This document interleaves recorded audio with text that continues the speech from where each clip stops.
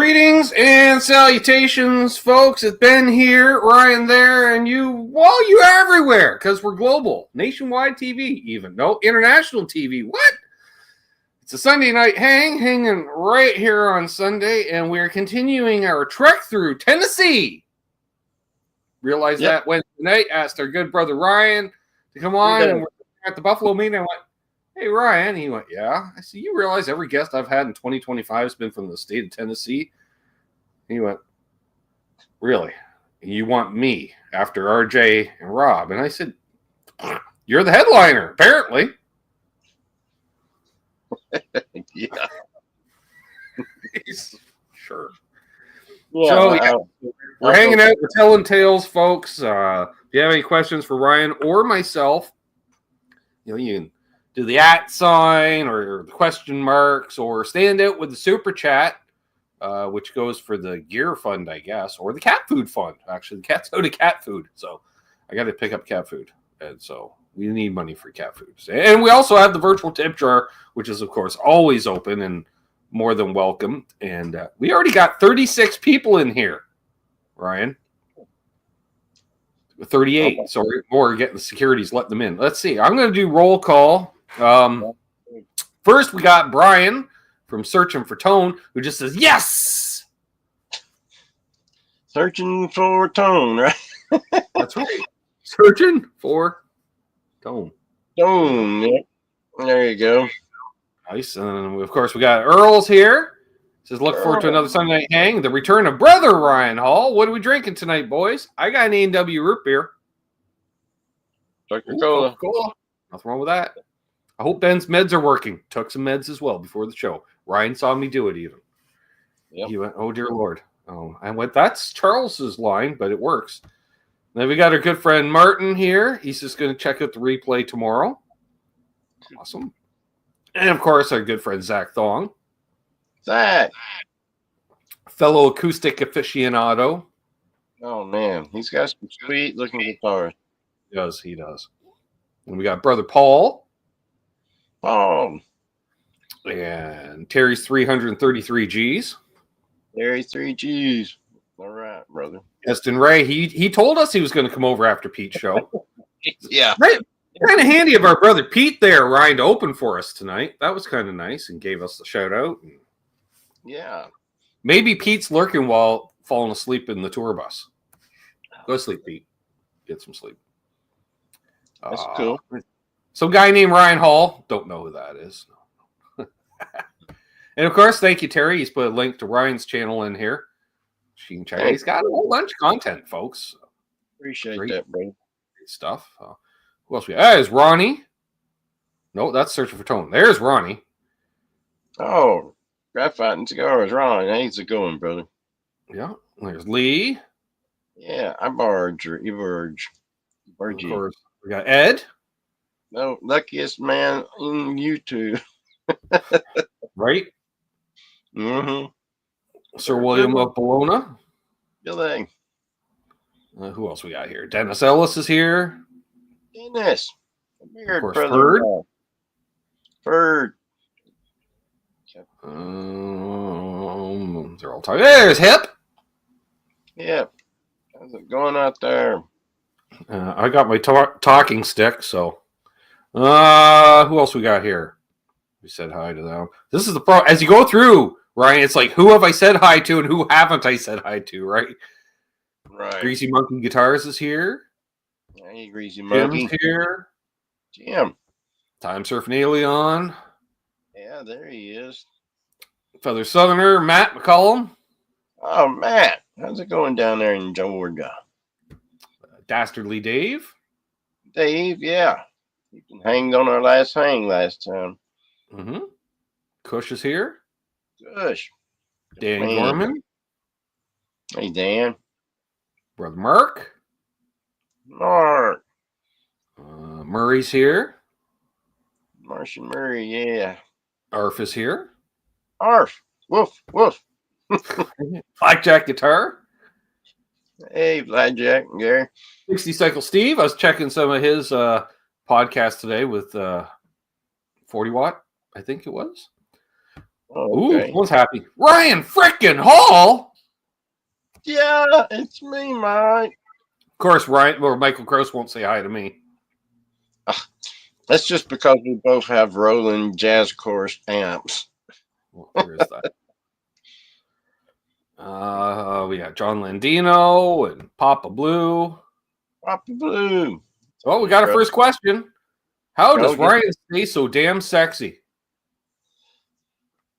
It's complicated. Very complicated. It's a process. Yeah, I'm still learning. Hey, Murray says beard's looking especially epic, Ryan. Nice. Thank you. He has a little bit of a hair on his face too. Last time we seen him, I think, didn't he? The only one who doesn't is Charles. Charles stands out. He's all short hair, clean shaven. And it's like, one of these guys does not look like the other. He stands out in much of the Buffalo meeting as my sister stands out. Yeah. The other clean cut person. The Boy Scout of the Buffaloes. Hey, there's Mark Spurgeon. Mark, how you doing?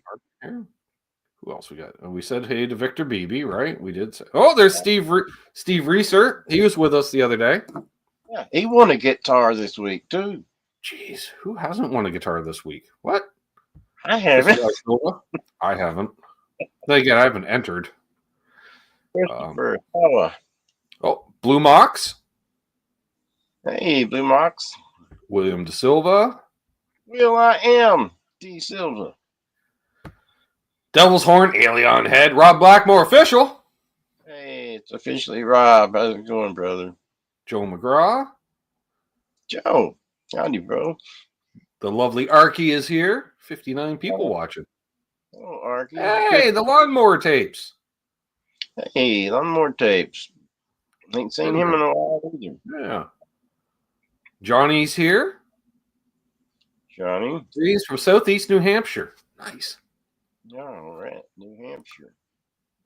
Dan of New Jersey. Dan, what's going on, my man? Haven't seen him in a while. Oh, yeah, there we go. Yeah, see, JC77 Brothers Unite. Also, hi, Ben.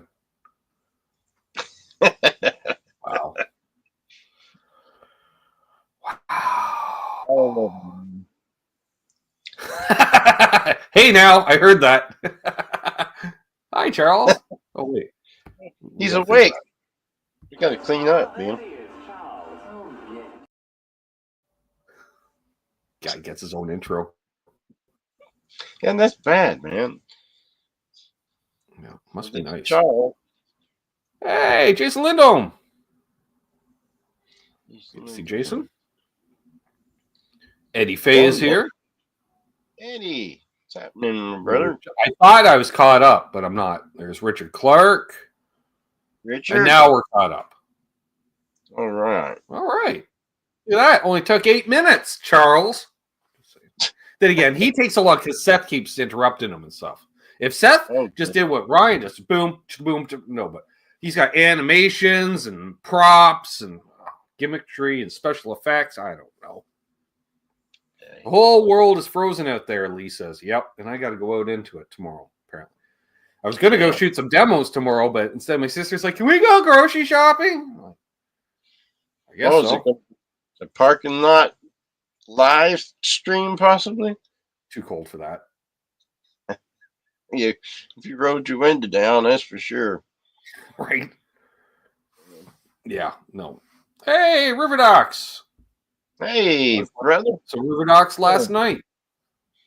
Yeah, I was meant to get back to what he had going on, but with the truck dying and everything else on me, my mind wasn't all there. Well, I saw it come up. I forget what the video was that came up, and I was like, you know what? I'm not necessarily interested in that one, but I am interested in a River Docs video. So I clicked on the channel, and I scrolled back a month and found a Waylon Jennings video, and I had to watch that. Yeah, that's cool. He does the best, man. It's just, he is. And he's got the voice, it's just like. Well, that was kind of ironic. Doc narrating a Waylon Jennings video when I'm like, you kind of sound like Waylon. I'm just saying, hey, there's Absolute Mayhem. Hey, Absolute. That's just mayhem. Tonight's lifestyle choices are brought to you by Absolute Mayhem. Fun fact. He's the one that sent the gift. Well, he came over and he borrowed a bunch of guitar cases off of me. And because he's got to pack up all his guitars, he's getting the floor redone in his basement.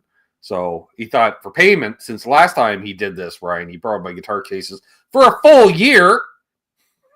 So he kind of brought over like a freezer bag full. And I went, oh. He says, well, you might want to take a little out, put the rest in the freezer. I said, no, we'll just put that on the counter and we'll just go through it in a couple of weeks. And we're about halfway through, Mayhem. Of course, I did give some to Mark the other day. Sounds like you got plenty of friends to keep you in the medicine business. Well, this is true. Yes. Yeah. Hey, Tom Lind. Tom, just seen you a little while ago at Pete's. How's it going, brother? Yeah. Remember during the Buffalo meeting there last Wednesday for the channel members and patrons, Mr. Mark Taft was saying that Thursday was his birthday. So I texted him on Thursday morning, Ryan, and I said, hey, happy birthday. Give me a call when you're up, right? So, of course, he said, phone call. So, hey, what's wrong? And I'm like, nothing's wrong. Happy birthday. What do you got, planned for today? He says, I'm doing nothing. I got nothing planned for the day. I'm playing darts tonight, though, at the local Legion. He's in a dart league. I said, okay. And I said, well, how about I come over with a big bag of weed and we sit around and play a bunch of games of cribbage. And I don't know if you're familiar with cribbage or not, Ryan. Card game with the pegging on the board to keep score. And I hadn't played in, I don't know, 10, 20 years. And Mark hadn't played in about 20, 30 years at that point. So we sat down and there was lots of lifestyle choices consumed. And then to the point where we forgot to eat dinner. And then I dropped him off at darts and I bought a pizza on the way home and ate the entire pizza when I got home. Because apparently I had the munchies. Sounds like you had the munchies and then some. I did, yeah. There's Richard Nagamitsu. Hey, Richard. Sorry to hear about you. Speaking about you, yes, one of his dogs passed away last night, folks. I know they're all house dogs, and he's always had his pictures with them and everything. Hope you get over. It's tough. Johnny loves his darts. Nice. Jason Lindholm's birthday was last Thursday as well. Happy birthday, Jason. Oh. And there's Bo. Oh, how's it going, brother? Exactly. Reading cribbage. Excellent. Said every Canadian at a cottage for the last half century. I'm just saying. So that's like always one of those games that's always at the cottage, right? The cribbage board, deck of cards. And yeah. I always hate games I couldn't spell. Tough on you. How do you spell that anyway, Short ones, but how old is Mark now? I'm not going to see. Mark he just turned 58 because he's 7 years ahead of me, but I will be 51 later this year. So it's a brief time. He's 8 years older than me. So I thought that me and him was the same age. I couldn't remember what he was. A few dart players in here. We used to play darts over at Mark's place too.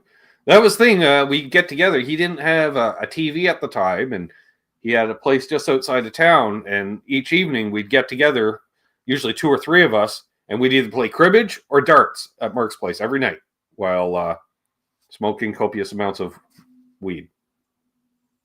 I like darts. I got sets of them somewhere. I know I used to have. I don't know how to do it really, but I play and I have fun. We'll do that like around the clock. That you got to do 1, then 2, then 3, and that was always fun. Mark would, of course, kick my ass because he's like a professional or something there, and I don't know. Yeah, I've seen double skunk adds up. It does, Tom Lind. See, cribbage talk. Play forehand cribbage. I don't think I've ever played forehand for it. I've done 2 and 3. A 4, I assume, is like partners type thing. Johnny, killer chin strap, Ryan. Thank you. I've actually trimmed a little bit of getting into theft. Let's see. Ryan, ever heard Hank the Third's song, Country Heroes? He talks about Waylon and those guys like Cash and George Jones. I haven't heard that song myself. I don't know. I know of Hank the Third, but I don't know any of his songs off the top of my head. I hadn't listened to any of his, I don't think. But now I have seen him play, but I couldn't tell you. I couldn't remember anything that he'd done unless he'd done some of his dad's or his grandpa's work. That We got Ryan in the house. Well, hey there. We got Trev. I'm sensing the OU crew may have gone about 15 minutes long. I'm just saying, right? Don't know why I'm thinking that, but them boys always come on at the same time, and Mother's always getting me to do something. I hardly get to watch them. So Eddie Fago's a different. He says 8-ball and ping pong, but I'm like, is that like an 8-ball of the focus powder and then play ping pong, or is that like shooting pool, playing 8-ball? Yeah, I don't know. I'm just saying. So if you ain't using the ping ball paw for the cue ball. Hey, Chief. No, I quit vaping almost 2 years ago. It'll be 2 years in May. Howdy, Cheech. How's it going, brother? Oh, hey, it's my sister. Oh, hi, Amanda. Oh, hey. Hi, girlfriend.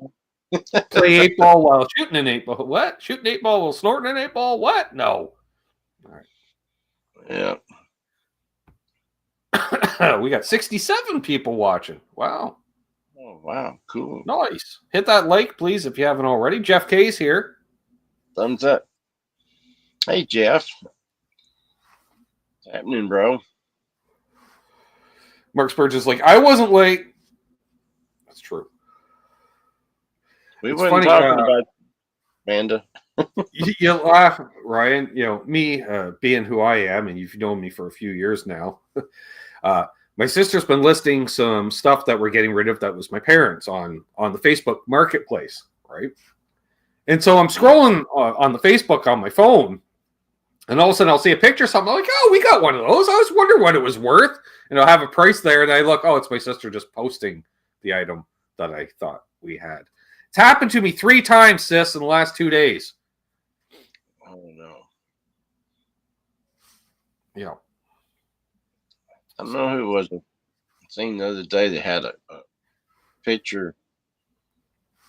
It may have been Laz showed a picture of him years ago when he was a teenager, and there was a clock there, and I'm like, my grandma had a clock just like that one back in the 70s, you know?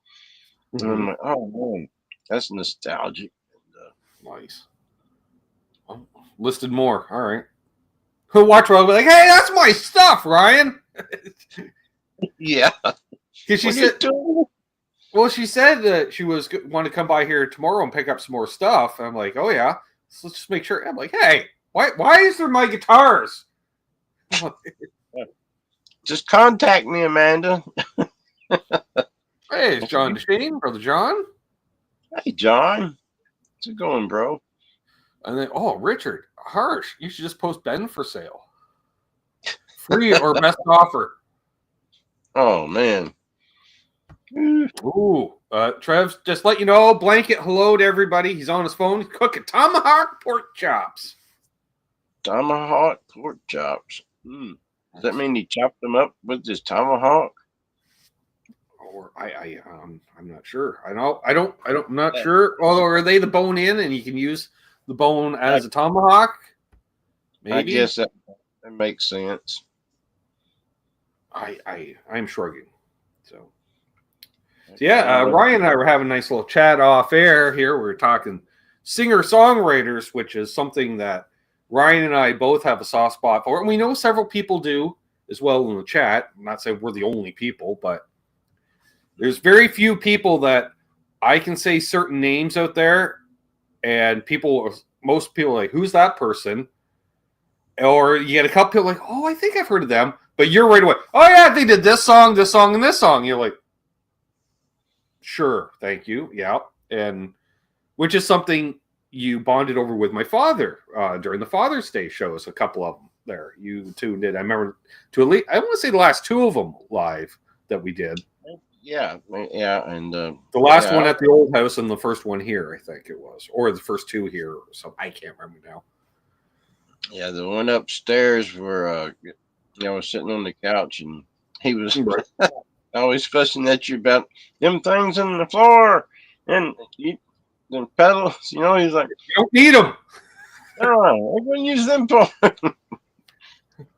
So And yeah, and then I'd have to explain to him, well, see, Dad, I don't have your talent.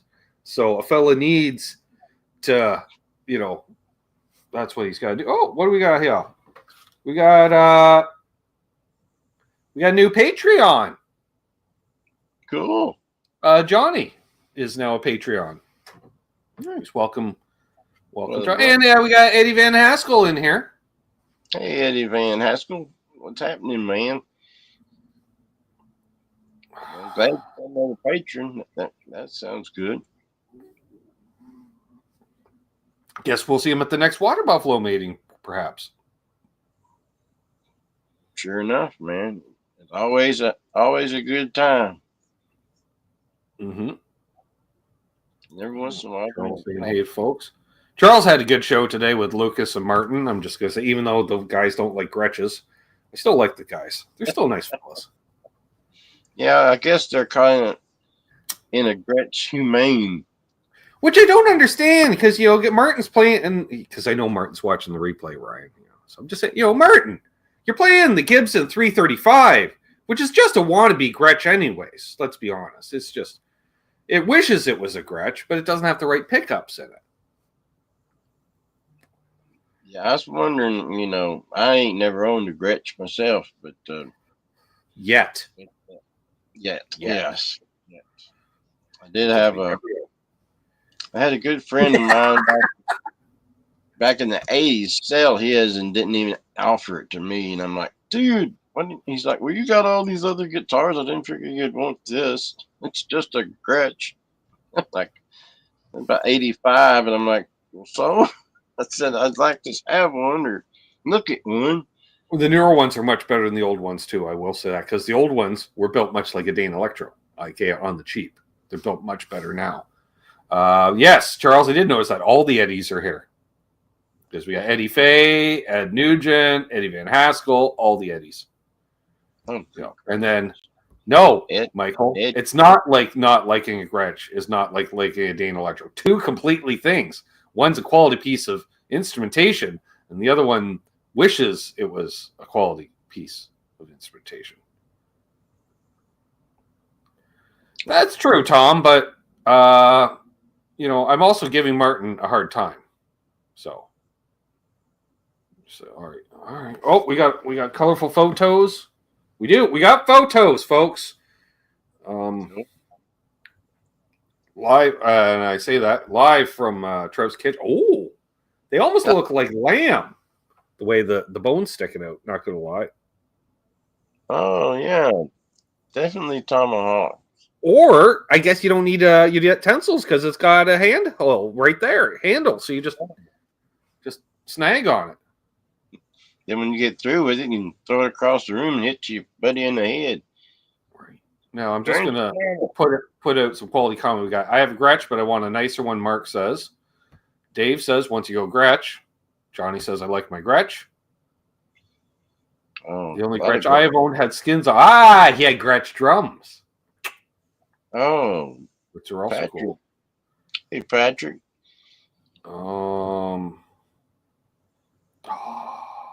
Wow. He's great. So Richard Negamitsu's got a Japanese Setzer model, nitro finish. Oh, it's magical. I bet it is. I'd like to just go over at Richard's and hang out. He's got guitars and stuff everywhere. I'm just reading the comments about the caveman chops. Save one for a fella. Eat 'em caveman style. And then Eddie says, looks like my used toothpicks. Too much information, Eddie. Mm-mm. In a prison shank when you're done. Yep. Oh, yeah. Happy haircut, Charlie. Ow. Talking to Chuck. All right. There we go. 68 folks watching. Please hit the like and subscribe if you're new. It helps a fellow out.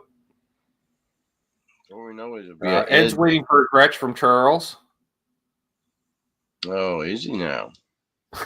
And then Matt says, Gretsch. Just felt Gretsch wasn't said enough.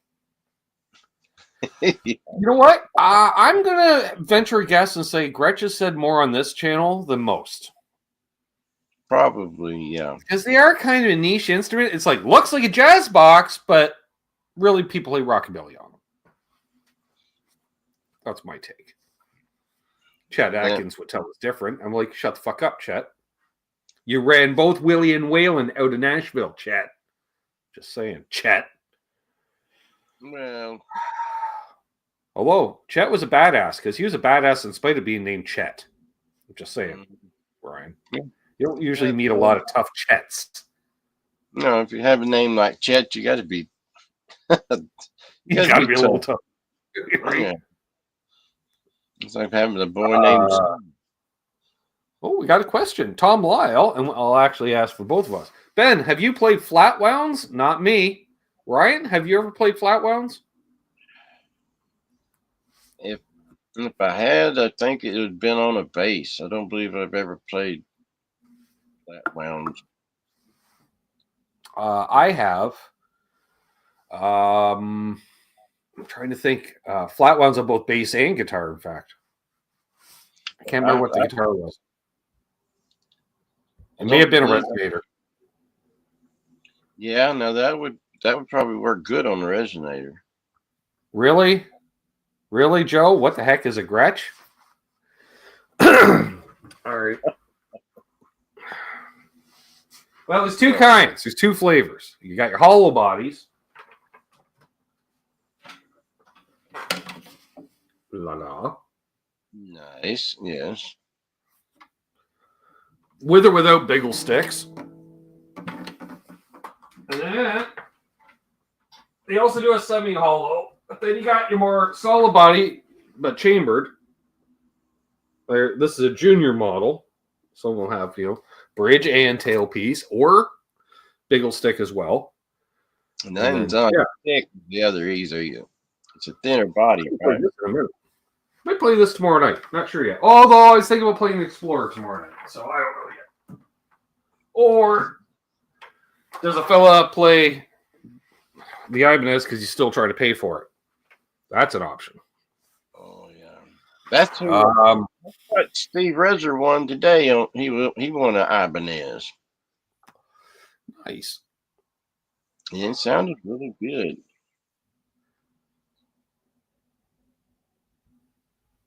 And yes, until midnight tonight. Technically, it was going to end once our show started tonight. But Rob from Tesi Switch has a special discount off, and already, Ryan, again, we're referencing the Buffalo meat. You may have met our friend Charles. Some people call him cheap. I prefer to call him cost effective, frugal, perhaps. A fellow knows the deal. And he was saying he was looking at these wireless devices on both the Jungle website and Tesi Switch, and they're much cheaper on Tesi Switch to start with. And then there's a 20% off discount on top of that. Practically giving away. And then our friend BC Rich, aka Dark Rob, who's next Sunday's guest. Yeah, I'm venturing outside Tennessee all the way to Maryland. I'm just saying. So he bought a wireless unit, and he said much better than he expected. Oh, he got one? Yep. Several people got them that night, just saying. I thought about it, but, it's just... I have one from... Well, when I ordered the MXR pedal that's not out yet, that's coming out, that we're not allowed to talk about, but we're talking about it. Well, I'm allowed. I'm not. They don't pay me, so... yeah, I pre-ordered... Well, I said that in PC. I pre-ordered that pedal, and... There's going to be a wireless unit and a T-shirt sent along to it because they need new. A fella kind of grew out of his old Tesi shirt, so a fella needs a new Tesi shirt to wear for the advertising on the videos and the live streams. So this is true. Jimmy Beta, what's up? Hey, there's Dark Rob. How's it going, Jimmy? Oh, there you are. BC Rob, the dark Oh, one. hey, Charles, did you see this bus coming? Oh, I need Charles to change the strings of my 12 string. Ooh. Oh. Mm. That's. I ain't going there, Bo. That's all. Just goes that one. I seen him. Played a few. All right, Joe. Related to the Gretches. Yeah. Ed's asking if you know any Johnny Paycheck, and if so, can you teach me? Oh, I probably could. And it's been a while. See, the problem is the big hit. It doesn't start with guitar, right? It's all vocal. Yeah. Which is not my forte. I used to could with the singing, and then I tried recently, and I got to get my voice back in shape. But this guy, however, he does that singing and a picking on stuff. I attempt to. I hope. I can't never seem to get through a whole song without screwing something up. But welcome to my world of the unedited video, right? Yeah. You see my demos. There's no edits. It's Yeah. You seen the outtakes because it's just I go until I screw up and then we stop and we start over again. Right. My hands just, the way they had been damaged, they slowed down. And so if I'm practicing it, then trying to film it, and then screwing up so much, it's like I have to give them what I got. There's my good friend Martin. I did not slag you at all 5 minutes ago, Martin. Not well. All right. Oh, he's actually tuned in. So he's yes, not watching. Richard. Yes. Yeah, I know. Quit eating whole pea. I've only done it once, Ronnie. I was quite impressed with myself. I also need a T-shirt just because I want one. All right, easy. Oh, yeah, I know you ordered some shirts. Andrew Collins in the chat. He asks, "Are you guys going to NAMM?" No, not me. Yeah, I won't be going unless RJ was to give me a ride, but he ain't going either, is he? Who? RJ. No, RJ's not going. I don't know why he doesn't RJ just doesn't take a week to drive out there. He's got the camper van, then just sleep in the van. It's California. Yep. Yes. So I was going to mention those that are interested in the new MXR X100 pedal. There's a little thing called MAP, which is minimum advertised pricing. However, folks, if you use a coupon code, it works site-wide. And Rob over at Tesi Switch is an MXR dealer as well as Keeley pedals and a variety of other pedals. So I'm just saying, if you want the hot new pedal and you want to save 15%, Ryan. Yes. Marvel. Yes. Definitely. That's when I was looking for some more of them titanium neck screws, and then he said they didn't have them no more, or stopped making them or something. But I liked them. I'm gonna use some in a. And our friend Chris is here late. Man, you're late for everything today. You're late for Charles' show. You're late for this show. You better put that cigarette away. Hold that jazz cigarette. Yeah. Ironically, he's smoking left-handed, and they call them left-handers. Yeah, I don't want Chris to get you on a left-handed cigarette. Yep. The MXR Super Distortion. Yeah, they sold it quick, I heard. Of course, Rick has one.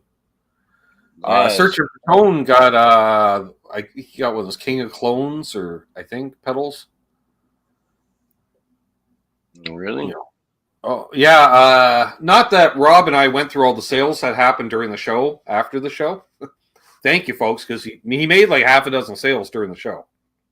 Oh yeah, first of all, he didn't announce MXR before, has he? I didn't know that. No, it's been a minute because I haven't been buying much in the way of gear. Like I did the couple Black Friday things because it was a deal. Right. There's always that list. There's the stuff that If I find it and it's a good price, sure, It's hard to pass up. Yeah. And Charles asks, so waiting for the Ryan Hall USA tour. Yeah, he's going to be my bus driver. There we go. I like that idea. Right? I was like, yeah, he doesn't have to move mom closer. The tour was Georgia, Tennessee. Georgia, Tennessee.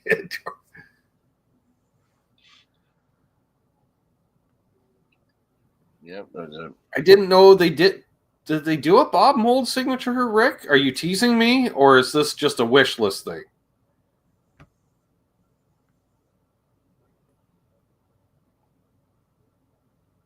And I think we answered that one. Yeah, neither of us are going to NAMM. I've been to NAMM shows, but it's a hassle to get there these days. It's just, these days it's just a hassle.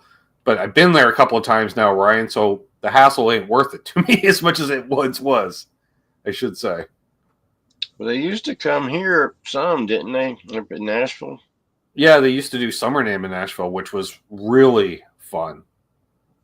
I only got to do it once. Aaron and I flew to Chicago, and then we drove from Chicago to Nashville.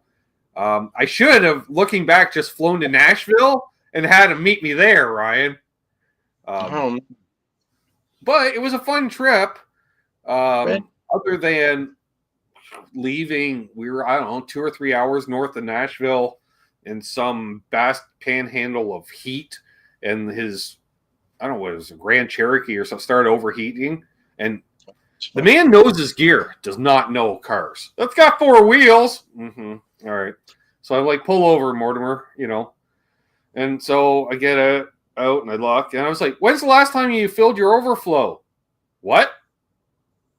Yeah. Because it's been apparently sucking on the overflow. And so that did, so fortunately we had a few bottles of water with us, which were no longer with us because they went into the Jeep. And then driving with the heat cranked and blasting to try to siphon off heat off the motor as well. And he's like, I didn't know you knew all that stuff. I was like, mm-hmm. Yeah, I used to work on race teams and play with hot rods and stuff. I'm aware. Just decided to pick a lane, and so, yeah. That don't work on the new cars, though, that turn on the heat. Well, and everyone thought I would have a meltdown in Nashville. They're like, oh, it's hot and humid. We get there, Ryan. It was 2 degrees hotter back here the whole time. I was like, I'm like, hot and humid. Yeah, I get it. I live on a Great Lake. It's the same thing. It's the same weather, which is ridiculous. But yeah, Ian's guitar track is here. Hey, brother Ian. Yeah, when the humidity gets up, buddy, it's God. Okay, so it sounds like the Bob Mould does exist. All right, good to know. I'm way behind in the chat. Keith H is here. Did we say hey to Keith? I don't think so. Hey, Keith, brother. If he's still here. Johnny asks, what's new with the gear purchases? Have you picked up anything recent, Ryan? Well, I did get a G&L ASAT. The one, the semi-hollow body. Right, yeah, the Bugle Boy model, isn't it? Yeah, the Blues Boy. Or Blues Boy. Bugle Boy. Yeah. That's the jeans. Easy. Bugle Boy. Yeah, that's good. Yeah, I snagged an Ibanez RG421 on Black Friday and a Waza Dimension C on Black Friday, which I got to pay for by the end of next month. The bill's coming due, so that's all I got was that, and got a used pedal from Brent that I bought about a year ago that Laz was going to send with me, so I got it about a year later. Okay, it's a wish list. Gotcha. All right. Ronnie asks, what guitars do you keep at Mom's so you can play while you're there? Well, I have to take my Ovation with me, Ronnie. I mean, she's got an old I guess it's an old Sears or something, student-sized, older guitar. It'll play, but it's a little bit tough on my fingers. Mhm. But I like my Ovation, so she's got a really good case with her, so I can just take Glenn with me everywhere. Exactly, Eston. It's fine, but like for me, it's 2.5 hours just to get to the airport to then spend like another 10 hours on planes. So it's hassle. Yeah. Bo asks, Ryan, what's your favorite Ovation, anyways? My favorite Ovation Mm-hmm. would have to be the Dean Campbell, I guess, because I just ain't never played anyone that's comes close. I don't like the ones that are skinnier. I think really suck the tone out of the Ovations because Yes. mine's a And some of them 6. were getting pretty small with the backs and sides, just a little shallow scoop thing. And Right. And I really think you need that extra volume in there. And that was in 1966. well, So why I don't you show imagine. them off to the folks? Just saying. Okay. Well, it's the one that they see on the channel most of the time. Yeah. So this is, if you check out his channel, if you haven't already, folks. This is the Glenn Campbell signature. Well, it's a Ryan Hall signature. There is no Glenn Campbell anymore. Ryan's taken over. But Yeah, it's got Glenn, some weird volute on the end of its headstock. I don't know why. Probably to help with neck dive. That's why. No. But yeah. she's this is probably my favorite Ovation because I know how much you like it and you make it sound good. I can't do them myself. Oh yeah. All right. There it is. Full body. Fiberglass. I guess I'm not even sure what it is, but it's Fiberglass. it was really, once you get used to hugging the way to hug it, it's not so bad. But a lot of people, don't like it because of the curved back. But now, like I said, the bigger, the thicker the body, the better I think the Ovation is. Oh. Hey, and Stephen Holt. What's up? Steven, how's it All right, going? can someone ban Michael Krause for a minute and a half? Oh, you got it now. Like, I saw Sugar live. Meh. I like Sugar. I like Sugar better than Husker Du. I said it. And another vote for. I see Joe McGraw said bring back Summer NAMM. I agree. Ronnie says Jim Croce had no issues with tone from his Ovations. Yeah. And then Bo just wants to throw it out there. He's using his 1861 Balladeer on 2 of the tunes in his set now. Sweet. I know me and Bo have been talking about his Ovations, and I hadn't got to see them, so I wished I could go see him play and everything, but that probably won't happen. Tone plastic. Johnny loves it.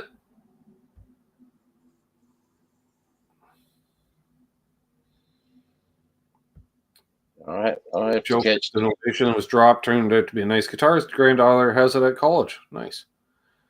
Eddie asked, "What's with the medical tape?" That's to help with the sliding off of your body. Because that's the problem with them.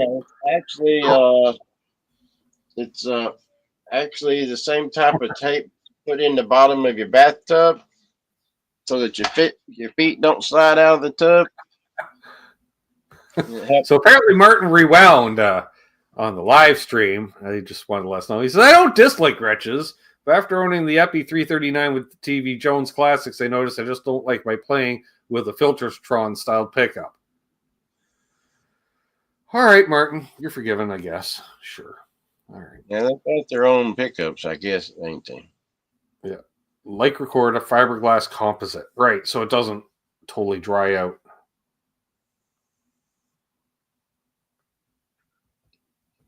Mark's a man of knowledge and man of chord, guitar chord. How you say it? Low, drop this, up Right. that. Oh, jeez, we got him. He's got 3 guitars in standard tuning now, and now he's got the lap steel with the palm benders too. So he's in full country mode. So I turned him on to some stuff. Yeah. All right, I see Michael Krause is trying to plead his case with the moderators to avoid getting timed out. We'll see. There's Glenn Michael Thompson, fellow Canuck. Just saying. Oh, Glenn.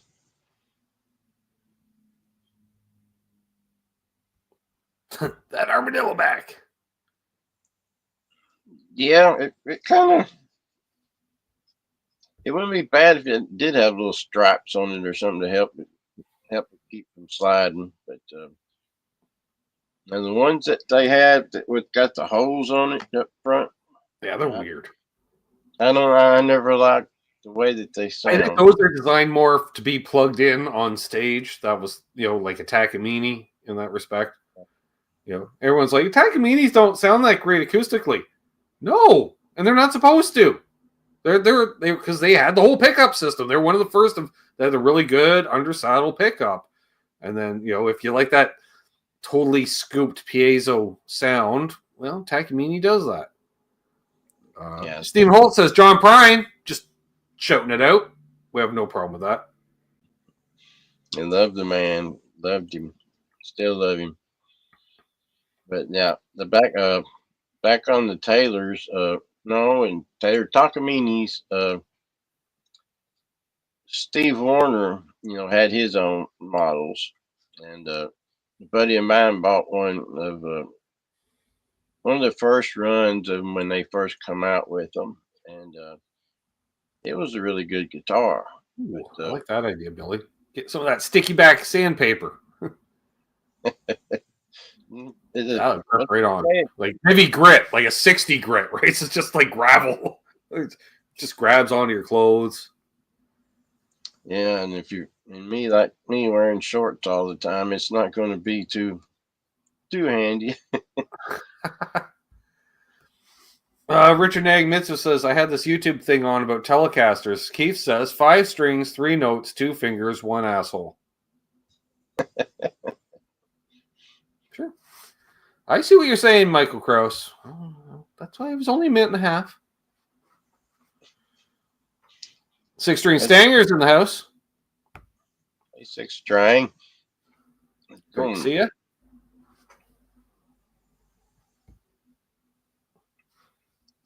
Yeah, Michael will be over here at the hockey players one.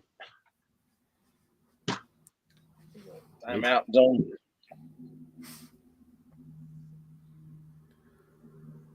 Right. Thank him, Paul, with the I've got a thing for that. Hang on. We do the Mo, Yeah.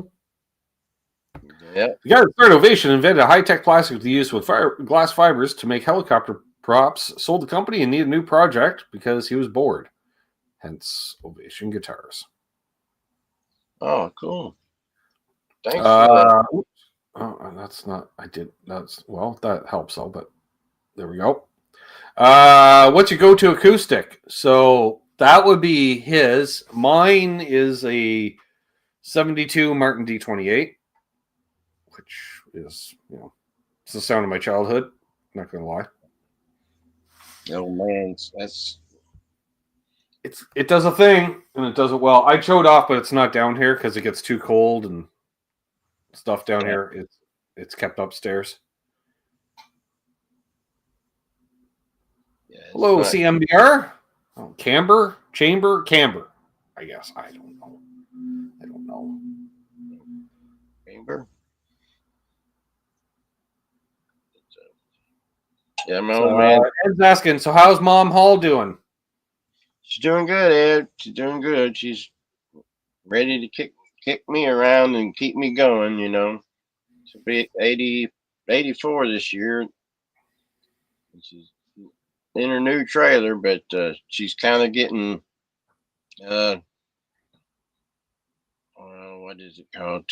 cabin fever, yeah. Because Right. this weather was keeping her in the house. You know, she's on a walker, so she's slow motion. And time we get her to the car, she's about half frozen. So she just stays in the house right now. But she's close to home, so that's better. I mean, I drive to Alabama this Right. year now.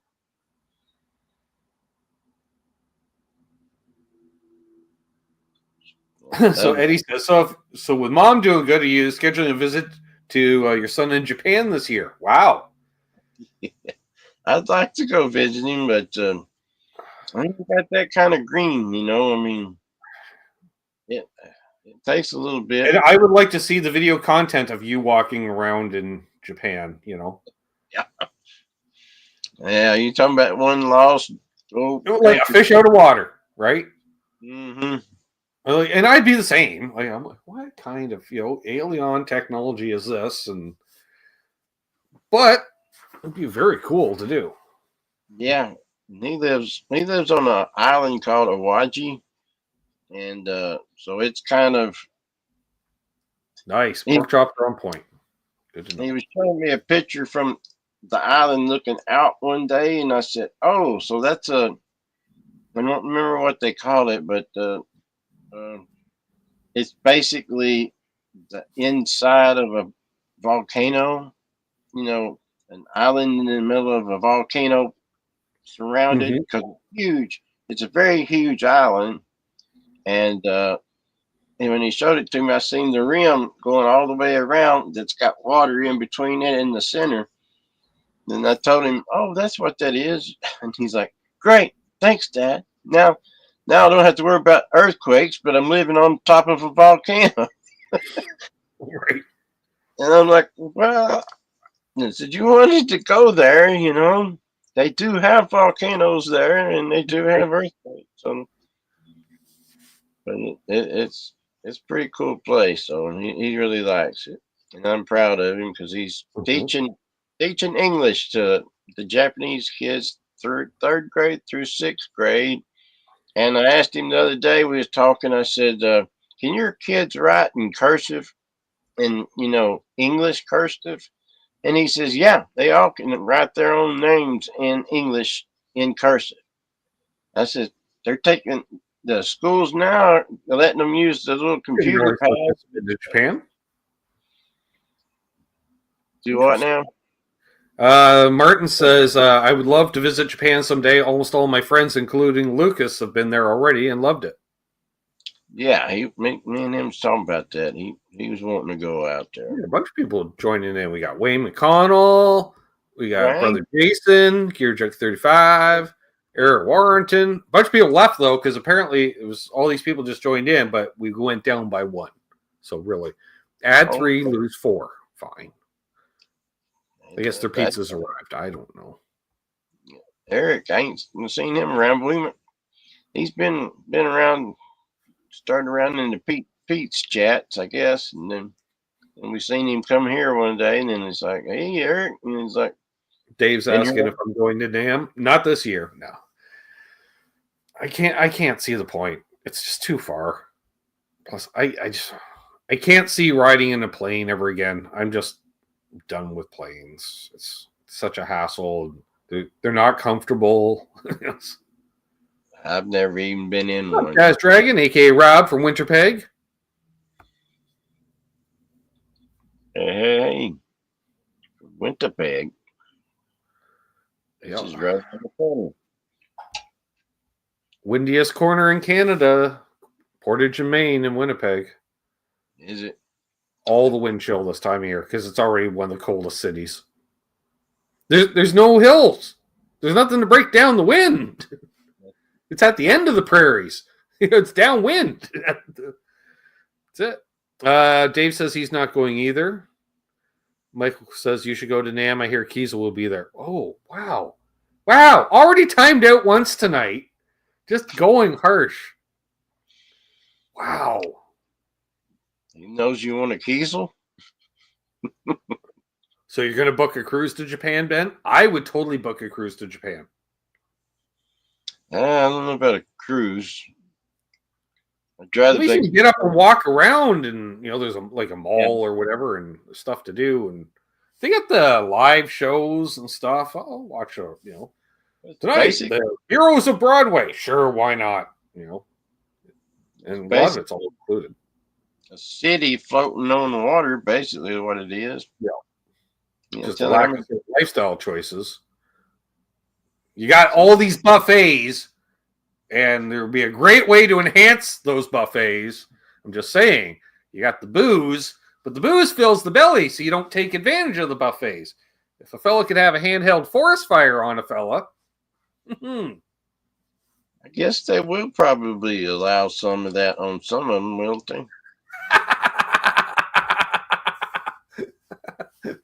Time to out for 60 seconds, Ben.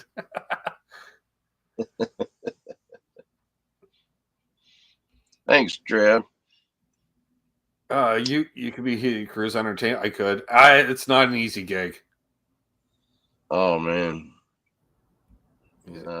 I wouldn't say all of LA isn't decimated. A part of it is, yes, but it's like a lot of people were wondering if NAMM's even still going to happen because of the fires. It's like, well, the fires are 50, 60 miles away from Anaheim. Like, LA really as a metropolitan, it's huge. Like, to the point where when you're flying in, you're still way up in the air, and you see like civilized. It's like green. Civilization starts, and then it's just like it's just civilization, people, and in industrial parks is you just see concrete and asphalt, and you're still like 8 minutes away from landing, and it's just, and you're flying at hundreds of miles an hour still, and it's just.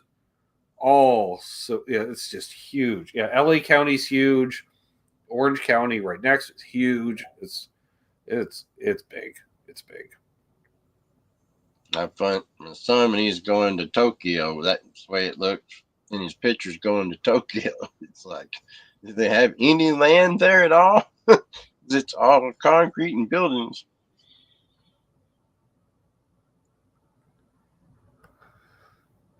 My sister says, I walk away for a second. Michael Krause is getting punished again. Yes. He said the K word, and he enjoys it. He's chuckling it over.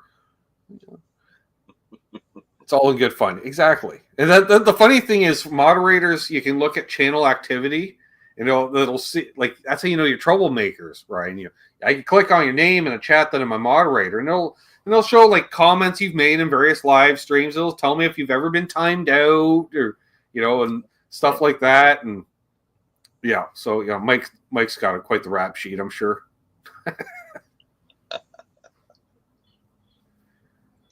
So yeah, it might be a job for Chris, or it might already be a job for Chris.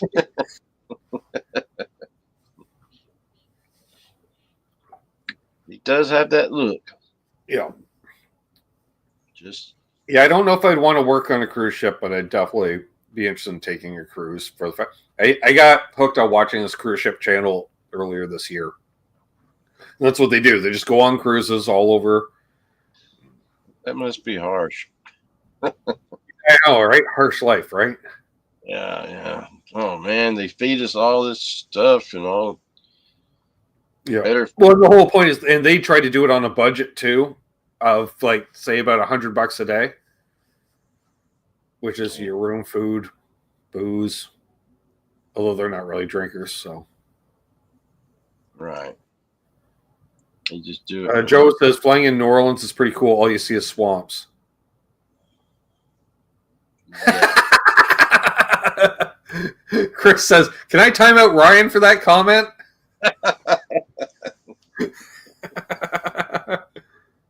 I guess so, Chris, but you'll have to speak with Ben about that. Yeah. I'm like, are you gonna come on and take his place during the timeout because he's just sitting there muted? Like, we're seeing it. He's writing words on sign. It's gonna be like Subterranean Homesick Blues. You're just showing up sign after sign. Mm-hmm. We ask a question, you have to write down the answer and hold it up. Yeah. It'd be like Bob Dylan's song where he's like, well, Marsha Murray says, I've wondered what being a cruise ship musician would be like. Well, it depends, because there's like what Pete's doing with the classic rock show. They have shows like that, except like the singers will be probably more in costume, more singer, and Pete would be more in the pit band. But they have live, quite often live bands like that. It won't be a 3-hour show. It's going to be a half-hour, 45-minute show type thing. But you probably do 3 or 4 different shows over the course of a week-long cruise. And then you got other dudes that are just, say, someone like yourself, Ryan, just you with a guitar singing and playing. And because being a cruise ship, everything has to be bolted down. Oh, so cool. Like this one dude, he had basically a rack unit, we'll call it, like your 11-space rack, but it was all built flush into the wall. So it's all this nice wood paneling because it's in a kind of a pub-style bar. But then you see the dude's got a rack unit right there. You can tell there's a little sliding door. They just slide it off when it's not in use. You'd never know it was. I was like, I'm like, that's a sweet little setup. He has little 4x4 little space with his music stand, his drink, and I'm like, that I could do. I'm like, can I, and I'm like, no, it's all digitals because it's rack, but whatever. Yeah, It'd be fun. I can handle that. Yeah, those cruise ship guys live in closets, though. Yeah, you don't get much of a room. Oh gosh, I bet they don't. I could create that in the house, Eddie. It's not 4. He says, wow, epic beard. Love and hemp to all of you. It's Calypso night, right? Yeah. And then there's people that Trev and I have talked about that actually retire and just live on cruise ships. I guess you could do that if you had the money or maybe something on the cruise ship you do that gets you. Like I wouldn't doubt if you set up an arrangement with the company, like they're going to give you a discount, right?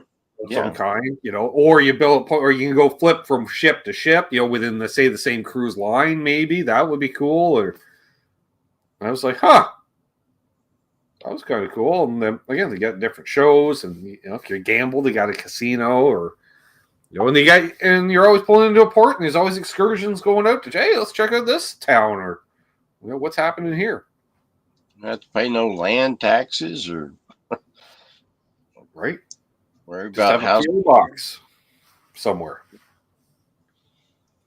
And I wonder if they ever going to do that. They talking about building a boat that was as big as a city, and they have it about like 100 to 1,000 propellers on it, all underneath it, so it could turn they could all turn the same way, and it could slide in and out. Right. But it go out and it be. I don't forget how many stories they said, and they had people paying for already bought because the rooms are not rooms like you rent. Ferd says no cruise ships. I've had enough time in the Navy. Let's see. Yeah, I bet he has. Yeah, the rooms are all they're apartments. They're not cheaper than a retirement home, right? Yeah.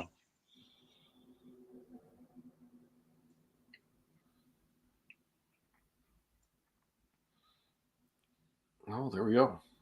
They're all talking cruising and stuff and craziness. We got 65 people still watching. Wow, nice. And thank you again, Terry, who's putting links to Ryan's channel in the chat. I don't know how many subs you've gained. I hope it's at least 14. I don't know. I just picked that number. That's a great number. I like that number. There's, speaking of great numbers, there's D. White Bailey, the hitman himself, just showed up. Hey, Dwight. How's it going, brother? He got the guitar collection. Oh, man. Four's like, it's the beard. It's epic. It is. Although, I swear, certain Buffalo meetings, it's kind of average, because I look at it, it's like half dozen. I'm like, damn. I'm like, I wish I could grow my beard out, because mine just looks thinner the longer it goes. I can't do that. I'm jealous. It's like, you're there, and Paul's there, Trev's there. I'm like, oh, bastards with your long epic beards. Although I just thought there's your ZZ Top cover band right there, I guess. Yeah. I could do it. All right. You can grow it out, Ben. Now, the longer I grow it out, it just looks thinner, and I just start looking homeless. Oh man. So, yeah.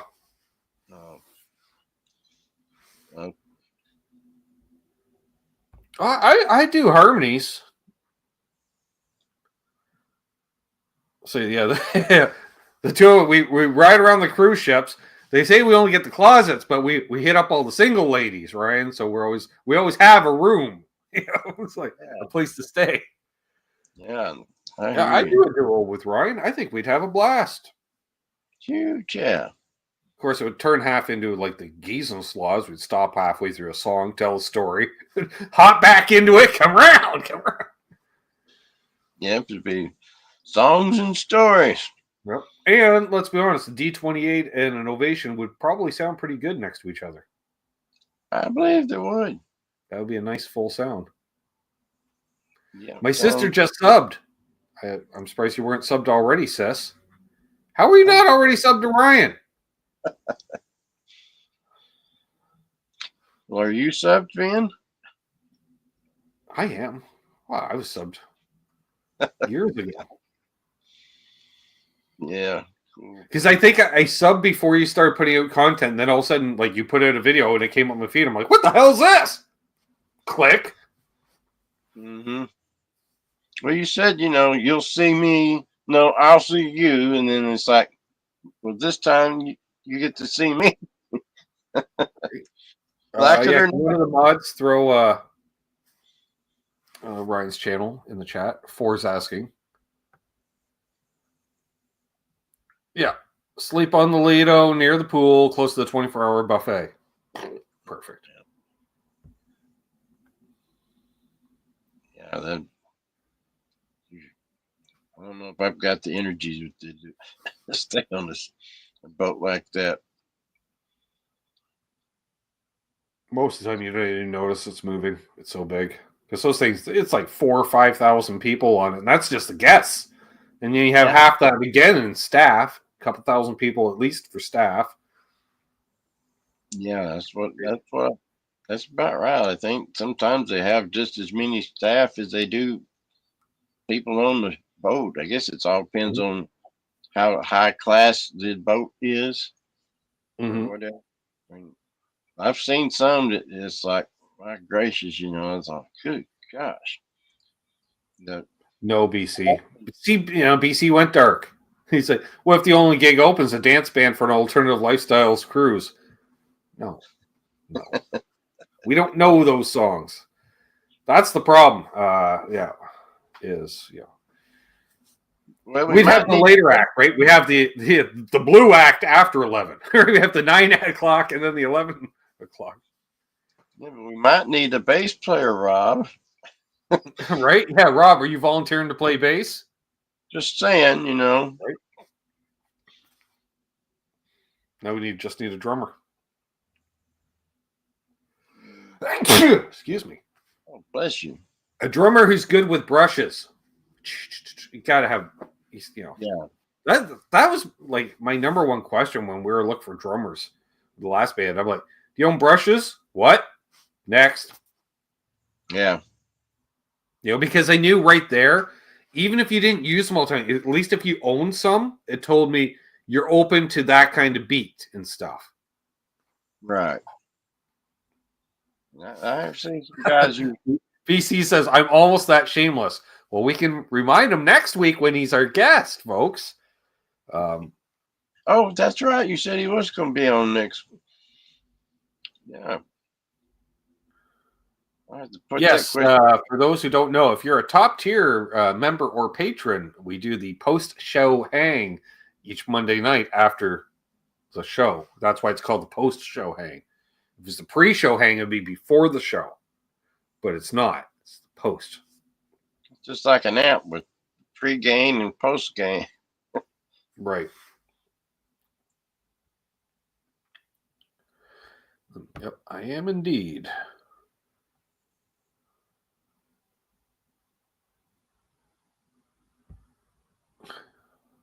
But now my sister wants. Well, there's limited spaces, sis. I don't actually know if we have. Do we? Yeah. I might have to kick someone out, but I might. I'm like, it's pretty close. No, we do have a space still because one person's no longer. So I know there's room. Because there's only 10 slots available. And I'm there, and Trev's there, and Charles is there because they're part of the show. Hang out with the talent after the show. It's like going backstage after the show and hanging out with the band, I guess. Here's my pass. Fine. So I get to hang with the band. All right, see you, Martin. I'm surprised you're up this late. It's 3:11 in the morning because he's 6 hours ahead of the Eastern time zone, Charles. 7 for Central. Is he still sick? Never ate, Charles. Never ate. Is Martin still under the weather? So he might be not going to work. Oh, no, I don't know. He seemed pretty good earlier today. I'm not sure. Yeah. Or he's got insomnia. I'm not sure. Or he's just like, you know what? He's a good guy. So, yeah, it's a early. Yeah, we don't see Josh Tamberg here. Why? He's smart. Plus, he's got the young in there that wore him out. Because remember that he showed up in Charles' chat, and they're like, "How's your daughter?" He's like, bouncing off the walls. I'm like, yeah. I asked him how she's doing, and he said, "Yeah." Here's Marcel LeBlanc. You can tell by the way that he types and everything. See, right there. All right. I'm going to hazard a guess. I think he might be from Quebec. He might be a Canadian. Well, I'm assuming he's a Canuck. You know. Yeah, that's Could be. Actually, I know, could be from New Brunswick. Could be from Northern Ontario. Right on. Well, there we are. Nailed it. Oh, it's kind of, Oh, Francophone name. Let's see. I don't know. Let's go for the most Francophone province, Oh, okay. I see. I can't pronounce it, but yeah. Long, a bunch of vowels with an L. Longo, Quebec. I can't say it. I don't know that one. That one. I think we had shipping coming from the auto parts get shipped from there for some reason. Is that more of an There's Indian? Rico B. Rico. Hey, brother. Not down in Hawaii today, are you? Half the time he's in Hawaii, and half the time he's out there in Phoenix or something. I've driven in Montreal. Longueuil. Okay. Glenn's also in the Poutine province too, I should mention. And he's in Montreal, so easy there for. So, yeah. So, that is pronounced Longueuil. Not sure how, but it is. I believe them. I'll take their word for it. Yep. English is not as good as my first. Then we got Mark being all by Je suis Canadien. Easy there, Mark Taft. Take Mark down to Louisiana and then you meet some guys down there. Four says used to go there. Who used to be there twice a week? Got lost each time. All right, CSS. Got to get Sam to bed. Right. South Shore of Montreal, across from the Jacques Cartier Bridge. And that Sam too, if she's able to, if she allows her to watch. I'm hoping she don't. Yeah. Like, I was like, how many people realize that Baton Rouge is just red stick? Just saying. Red stick. Because baton is a stick and rouge is red. You know what? Why am I not surprised? Keith H says, I slept on a roof in Montreal.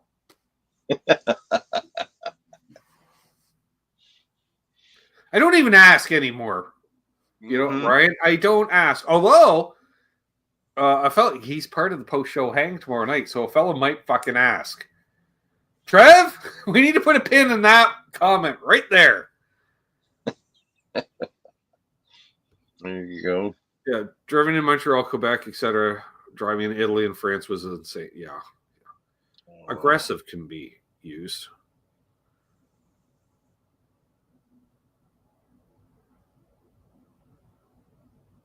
Yeah, who's not got lost in there?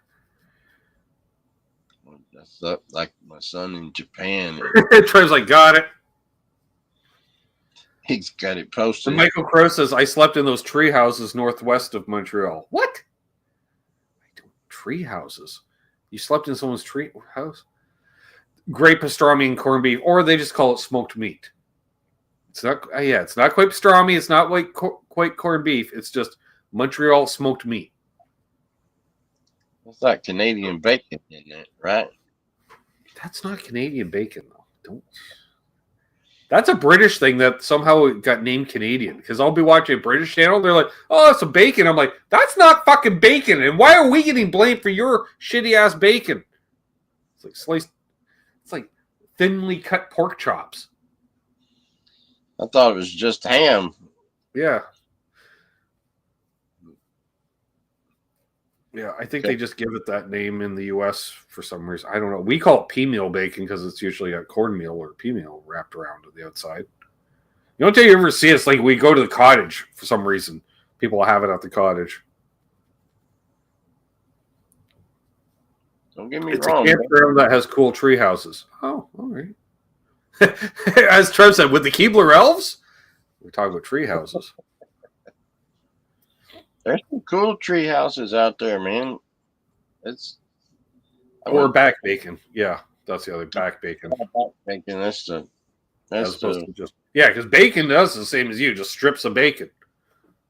Mm-hmm. Sweet, good bacon. Yeah, some Kinsey brothers have that back bacon. Yes, Mark. Way to be able to spell in French too. Anyways, love you, brother. I'm not sure now. I was going to say we need to get together again this week to play some more cribbage. No elves. Now I feel disappointed. Well, there you go. And Zach randomly says there's an egg recall. Well, I haven't bought eggs in months. So, always forget to buy eggs. Yeah, the way they're getting down here, you try to forget to buy them because they're like five to $6. Trev's just throwing out all the Canadianism. You forgot theater or center. Color with a U. Neighbor with a U. Check with a Q. Yeah. Oh, man. So Trev's got all the info then when they need the Canadian. And Bo says, I stayed at those lovely resorts in Windsor. They really make you feel welcome. That wasn't a resort. That was the local ballet troupe, as we would call it. Keep getting their clothing snagged on stuff, so they kept losing it or something. I don't know. Poor girls. Terrible luck. Ryan, you know. Next thing you know, they're not wearing a stitch. Terrible luck. Yes. Yep. It's a heck of a way to make a living, though. You and me both, Ed. I didn't have. I had an early dinner, so. Yeah, Ed's gonna have more guitars. Mark's now just going full French. Easy, Mark.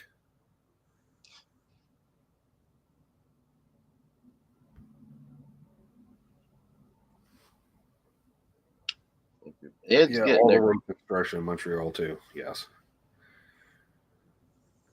If Brother Ed's getting a Gretsch too, then he's gonna have all the names, all the good names from different guitars, and he's just now starting. So good, he'll have a ton of guitars. Yeah, it looks. And apparently, eggs are much more expensive in America than in Canada. Yeah, I was going to say they're about $5 to $7 a dozen. all depends on where you're at. And I can get them less than that priced Canadian dollars, like under $5 Canadian. Oh, you used to be like $3, $3.50 US. Well, you used to could just find, you had friends and family that would just give them to you because they had their own chickens. Oh yeah. Have country. Well, a lot of that around here is just people have coolers at the end of their driveway and just says a dozen eggs, $5. Mm-hmm. Yeah, we used to have a lot of that down here. There's a guy that has a lake down below me that used to tell everybody he had a mailbox right there at the lake, at the gate going into the lake, and people would just leave $1 in the mailbox and go fish all day long. And then that's how he made, money off of people fishing. People would just go down there fish anytime they wanted to. Just drop $1 or $2 in the mailbox. Translate. That's why they're coming for our cheap eggs. Yep. Yeah. Want your eggs? Yep. Well, we'll go a little while longer here, folks. It's been a grand old time. I always enjoy it, Ben. It's a lot of fun. Well, I thought we were due. I thought, we're due. Yeah. We're due for a hang and a catch up, and so let's do it and have some fun. And that's why I wasn't talking to you too much during the Buffalo meeting because I didn't want to waste it there for tonight, right? Yeah. Save it up, yeah. Mm-hmm. Yeah. But I always enjoy it. And then we got all my music in-laws and family out there. Yeah, and we've had a couple good crowds the last couple meetings, like 25 people, but different from meeting to meeting too. Yeah, it's usually like a core 15 or 16, and then another 10 or so that you don't know who's going to show up. And it's anybody in the chat here. It's got a toque next to their name. They might be there. Yeah, we used to have just a small crowd, and now it's just getting bigger and bigger. And right. I've got. Well, I remember because when you hit the scene, you're social and polite and this and that, And I remember because I got the notification because it was like on a Monday, ding, Ryan Hall became a channel member. I'm like, oh, okay. And we had a meeting like that Saturday. And so I remember finished the show and was talking with Trev. I'm like, so Ryan became a member. He says, I saw that. And then we're like, wow, I wonder what he's like. I have no idea. It's just a name in the chat. You know how it is, Ryan, right? Name a chat. And some people you have to talk to for months or even years. And then all of a sudden, we're sitting there and all of a sudden, because it always takes a minute. And you'll see connecting Ryan Hall. And we're like, oh, here he comes. We get to meet Ryan. Cool. And then, like lately with like Dastardly Dave, we're like, all right, Dave's comes on a couple times, and Michael Chris would, but he never is a member anymore. He's can't be bothered. Well, he's an important man. Bob. Zach Thong is usually there hanging out, and of course Symmetry and Bo and Charles 75N, all regulars. Wait for you, Jason, to show up for one.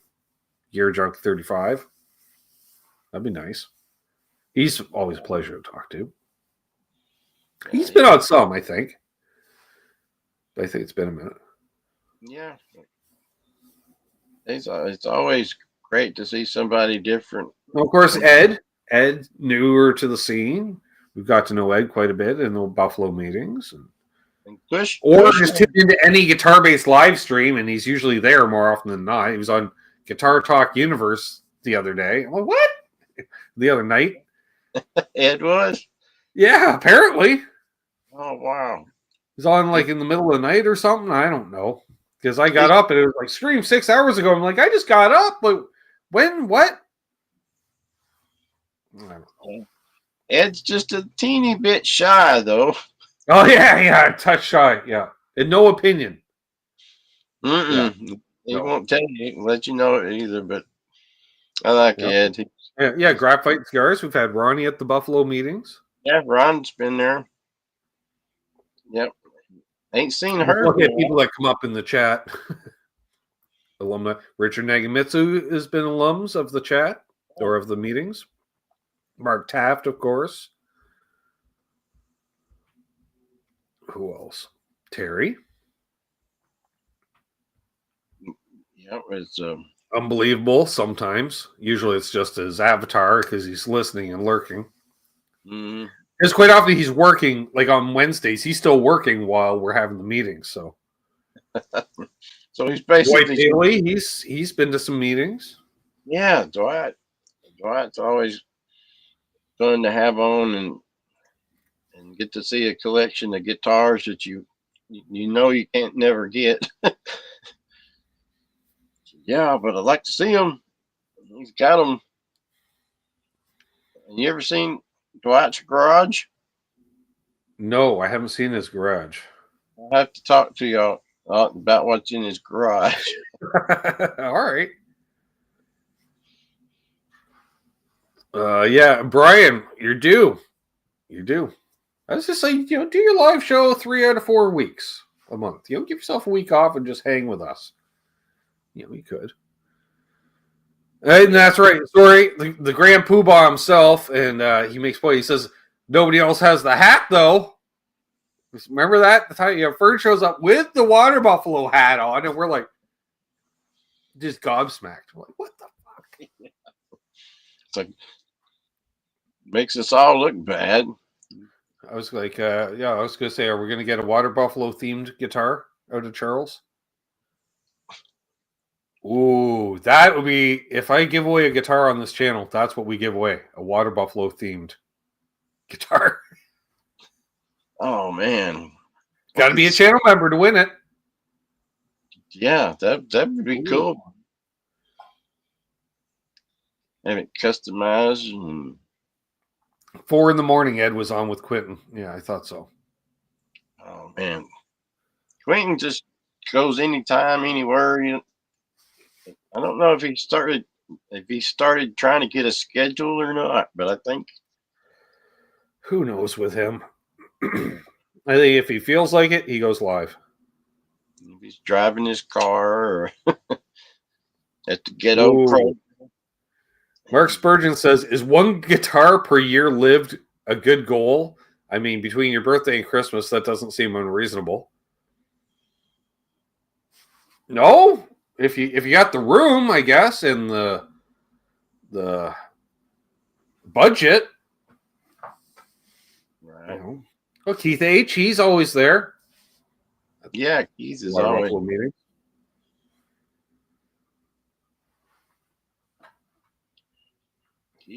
Keith is like me sometimes, and Zach, he hangs around if we go for a long one.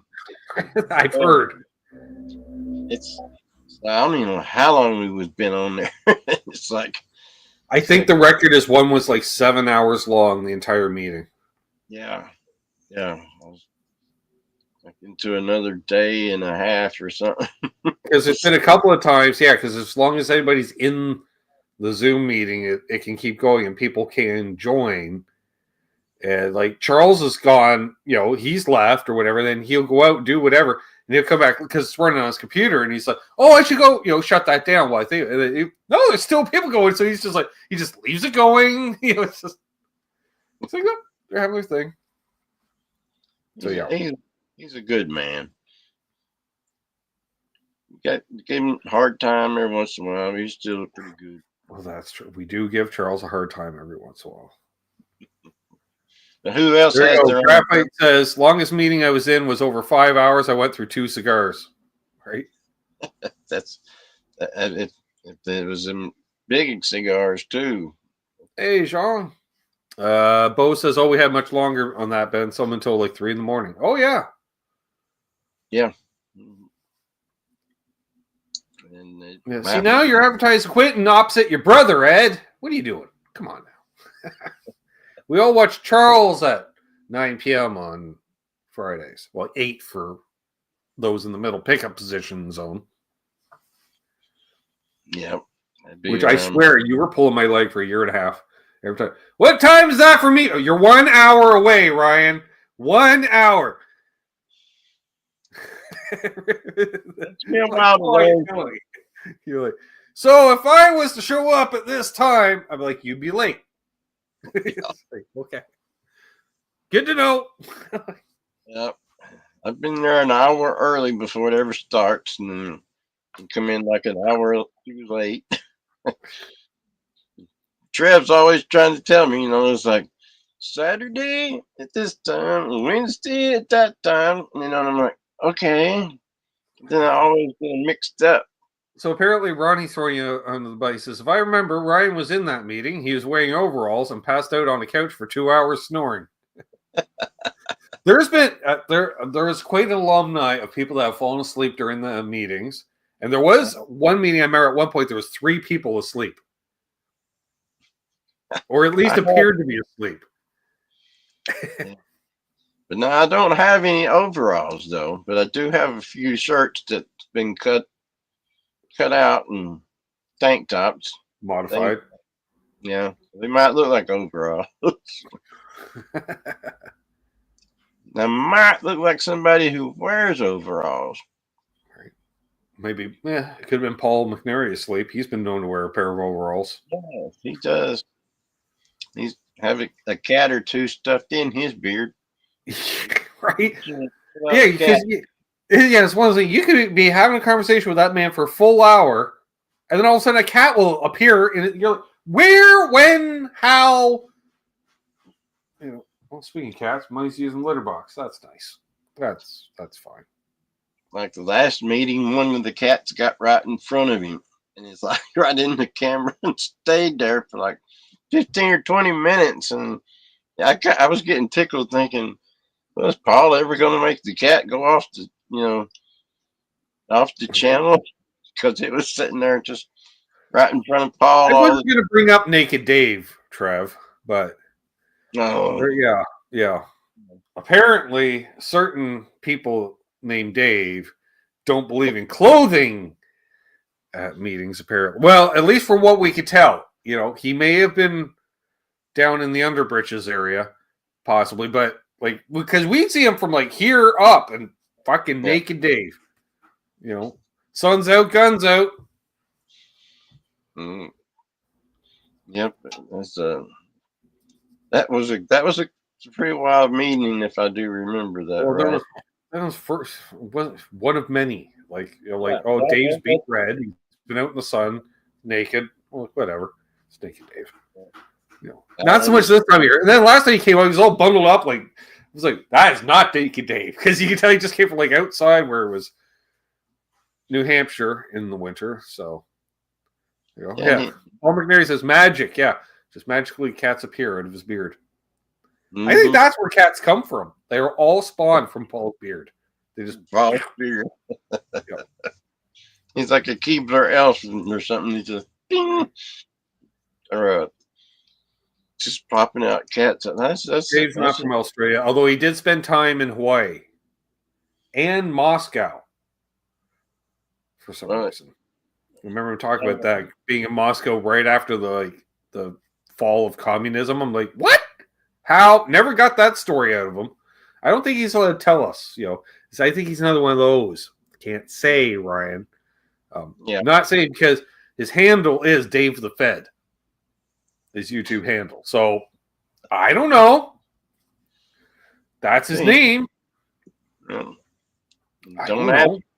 I don't ask. That's why I never asked Chris, but I suspected. Yeah. Okay, Ed. Thank you. Appreciate that. Yeah, if you think somebody's in that. Michael Chris says, so you're saying meeting Dave in a music store was a good idea? He is a nice guy. Yes. Public places, Mike. Yeah. Yeah, he's a surfer too, ain't he? Probably. NDAs. Yeah, exactly, Chris. How many guests can we do on the Zoom? 99. Oh, man. I didn't know we could go that many. Yeah, I believe it's 99. Because Charles is, I think we're using the state of Texas's account or something. I don't know. Charles, can't say. NDAs. You got to show up, folks, to find out. Hit that join button. Become a channel member. It's always a good hang. Great company. Yeah, 10 on StreamYard, blue marks. Yeah. 10 on StreamYard on this platform, but 99 on Zoom. Zoom. That's Ed. I know. Ed's yelling now. He just wanted to yelling it from the top of the mountain. I always watch Charles, Ben. Okay. Goes, damn caps locks. No, Ben's make me look like a fool. Nope. We love Ed. Because Ed has that good timing too, right? You notice that, like, if there's a lull in conversation at the Buffalo meeting, I'll say, so Chuck. And I'm like, oh, here it comes. Mm-hmm. Yeah, and we do enjoy show and tell. Well, last meeting was what, an hour and a half before we even saw a guitar? Sometimes we get going down the dark corridor with Rob sometimes. Right.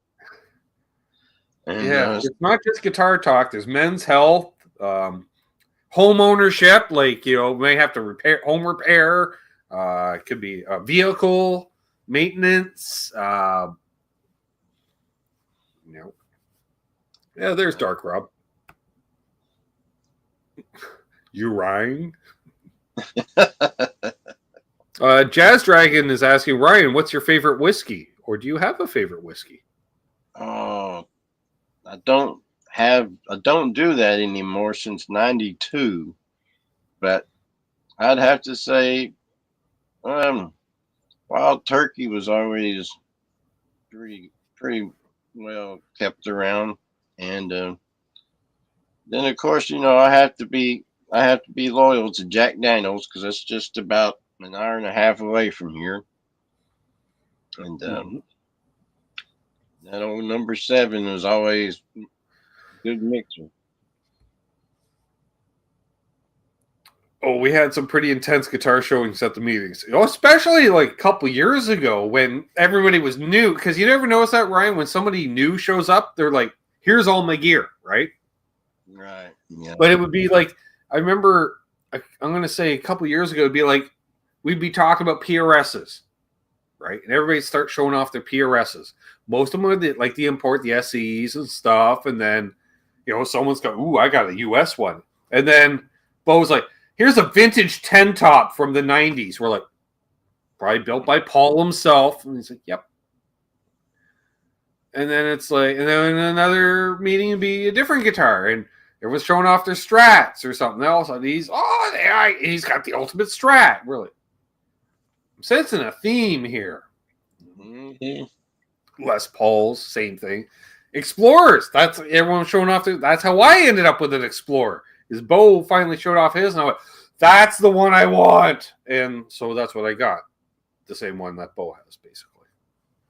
Mine was Fire Engine Red in 1984. And years later, I got in touch with Gibson just to run the number and see anything about it, Mm-hmm. And they told me, said, oh, you have that 1984 red one? And I said, yeah. And they said, that's the only year they ever made it. I said, 1 year?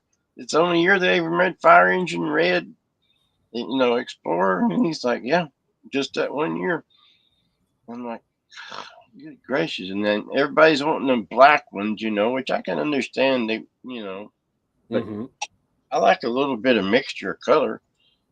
And that red one, it was nice, but I wished I had it, I will agree with Ronnie on this. Bo's carving collection is where it's at. And I don't like the Kiesels, but I like the carvings. Different generation. Yeah. I couldn't see a carving. Only in the magazines is the only place you seen them when I was young.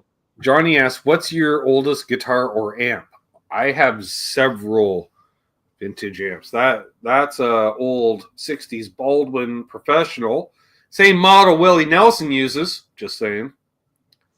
That's an early solid state. We've got more early stuff there. Where else? No. For guitars, I guess the oldest one. This one. It's playable anyways. 50, 59, 67. 67. Oh, yeah, you can tell Dad liked the cowboy chords. Yeah, he dug into it, didn't he? There's no frets. You have to. And then, Mm-hmm. yeah, the back of the neck, too. Woo! Yeah, Like, goodness gracious. none of the finish in the cowboy area. So, yeah, all the checking, too. Yes, Eddie. Yeah, that is... Last year, Nitro Peak, too. What do they call it? That was... I wish that...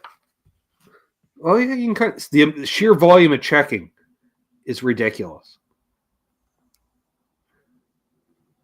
Like, there's got to be thousands of check marks in it. And then we have...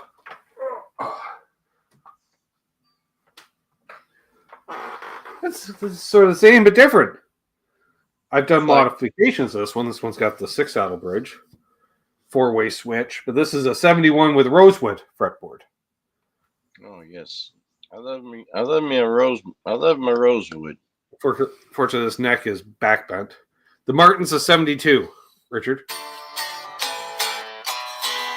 It's not quite tuned because this nut is so high to get over the back bow.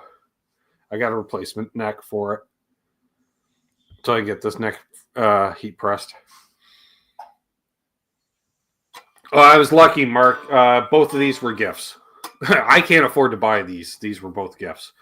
My cousin gave me this one. So because I stopped gigging with the other one, and he sent me this to replace so I can still gig with an old telly. So he goes, needs work, and whoo, it does. So yeah, pickups were shot. Electronics they're okay. Place a switch with a 4-way. Tuners suck. They need to be replaced. So yeah. Tread left, apparently picked up the kid, and he's back. Totally rare. What is the order of the 4-way switch? Bridge only. Bridge and neck out of phase for strat tone. Regular middle position, and then neck only, I believe. Or it's neck only and then middle position all the way forward. I can't remember which. So it was one way, and we may have changed it. I think it's, yeah. I want to say, yeah, because the idea was I wanted out of phase so I could do stratty type stuff, but then if I wanted to just, bam, go right to the bridge only, which I lived on most of the time, it was only one switch away. It was, yeah, I gigged with this quite a bit. Quite a bit for the amount of gigs I had for about a year. Yeah, 67s aren't cheap. It was a very low model year, Jean. Because they made a ton of them in 66. So 67 was one of the lowest production years, period. That's the year I was born. And there's a lot of stuff in 67 that was low. They didn't like the mint. That's a little loose.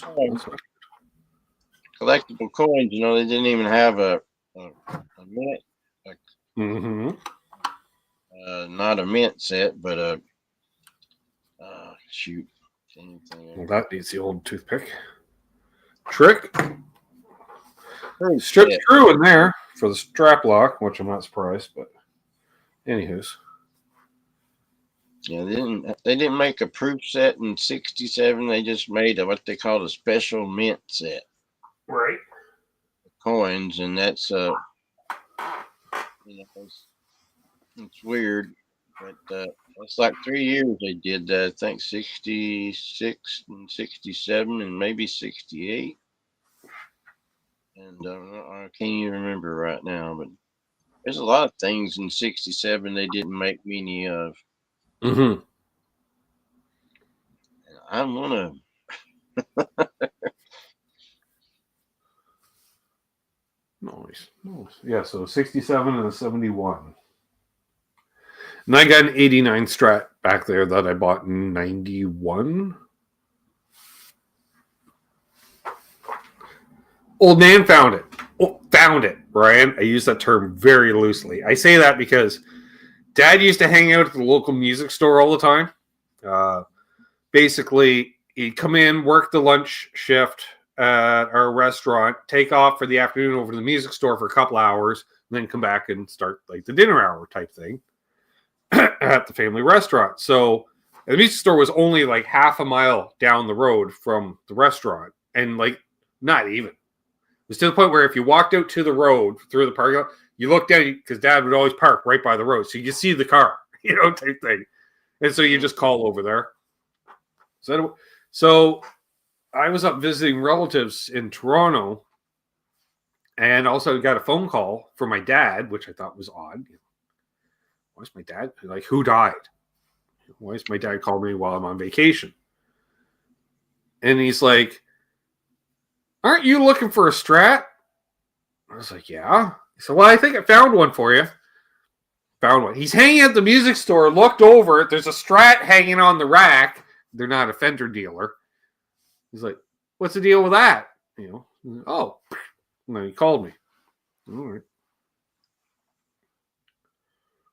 Put it aside so I can get home until I get home. Yep. All right. And at that time, Strats were retailing for 900 Canadian. Oh, wow. I want to say, because the dollar was pretty close on par at that time. And it was $600. And the only thing wrong with it was missing one of the tone knobs that popped off. And then it still had like the condom on the pick guard even. And I'm just like, all right, snag. Like, I didn't really have the money, but I had some money because I was on vacation. That was the problem. I was spending all my money, Ryan. So I was like, well, can you loan me the money? So, checked with my mom. Yeah, okay, So they loaned me the money to buy it. And then, because I worked for them at the restaurant, they just garnished my wages every week out of the paycheck. Right. Until it was paid off. Like, first $30 every week went for the guitar or something like that. Or maybe it was $15 because it was only making $3 or $4 an hour at the time anyways. Yeah. Busboy at the restaurant or whatever.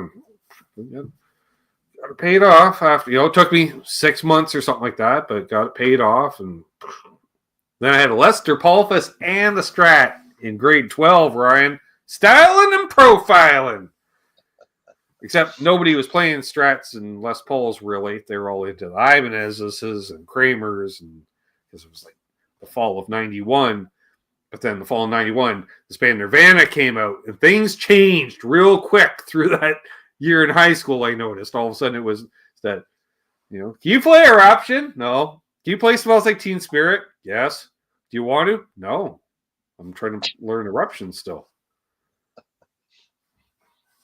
Yeah, I remember I used to take Van Halen cassettes and put it on side A and then play all the way through it, and then I'd be on my Kramer and playing all the way through from one side to the other, and then flip it over and play all the songs from that side to the other. And I used to know all of Van Halen songs, and now I can't even remember all their names, I guess.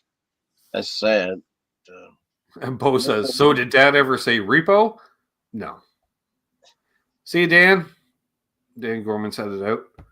Hey, no, Dad was pretty cool because originally I was playing bass or learning to play bass, and I wanted to switch guitar. And he's like, well, just use my stuff until you get, because he had stopped playing at that time, gigging wise.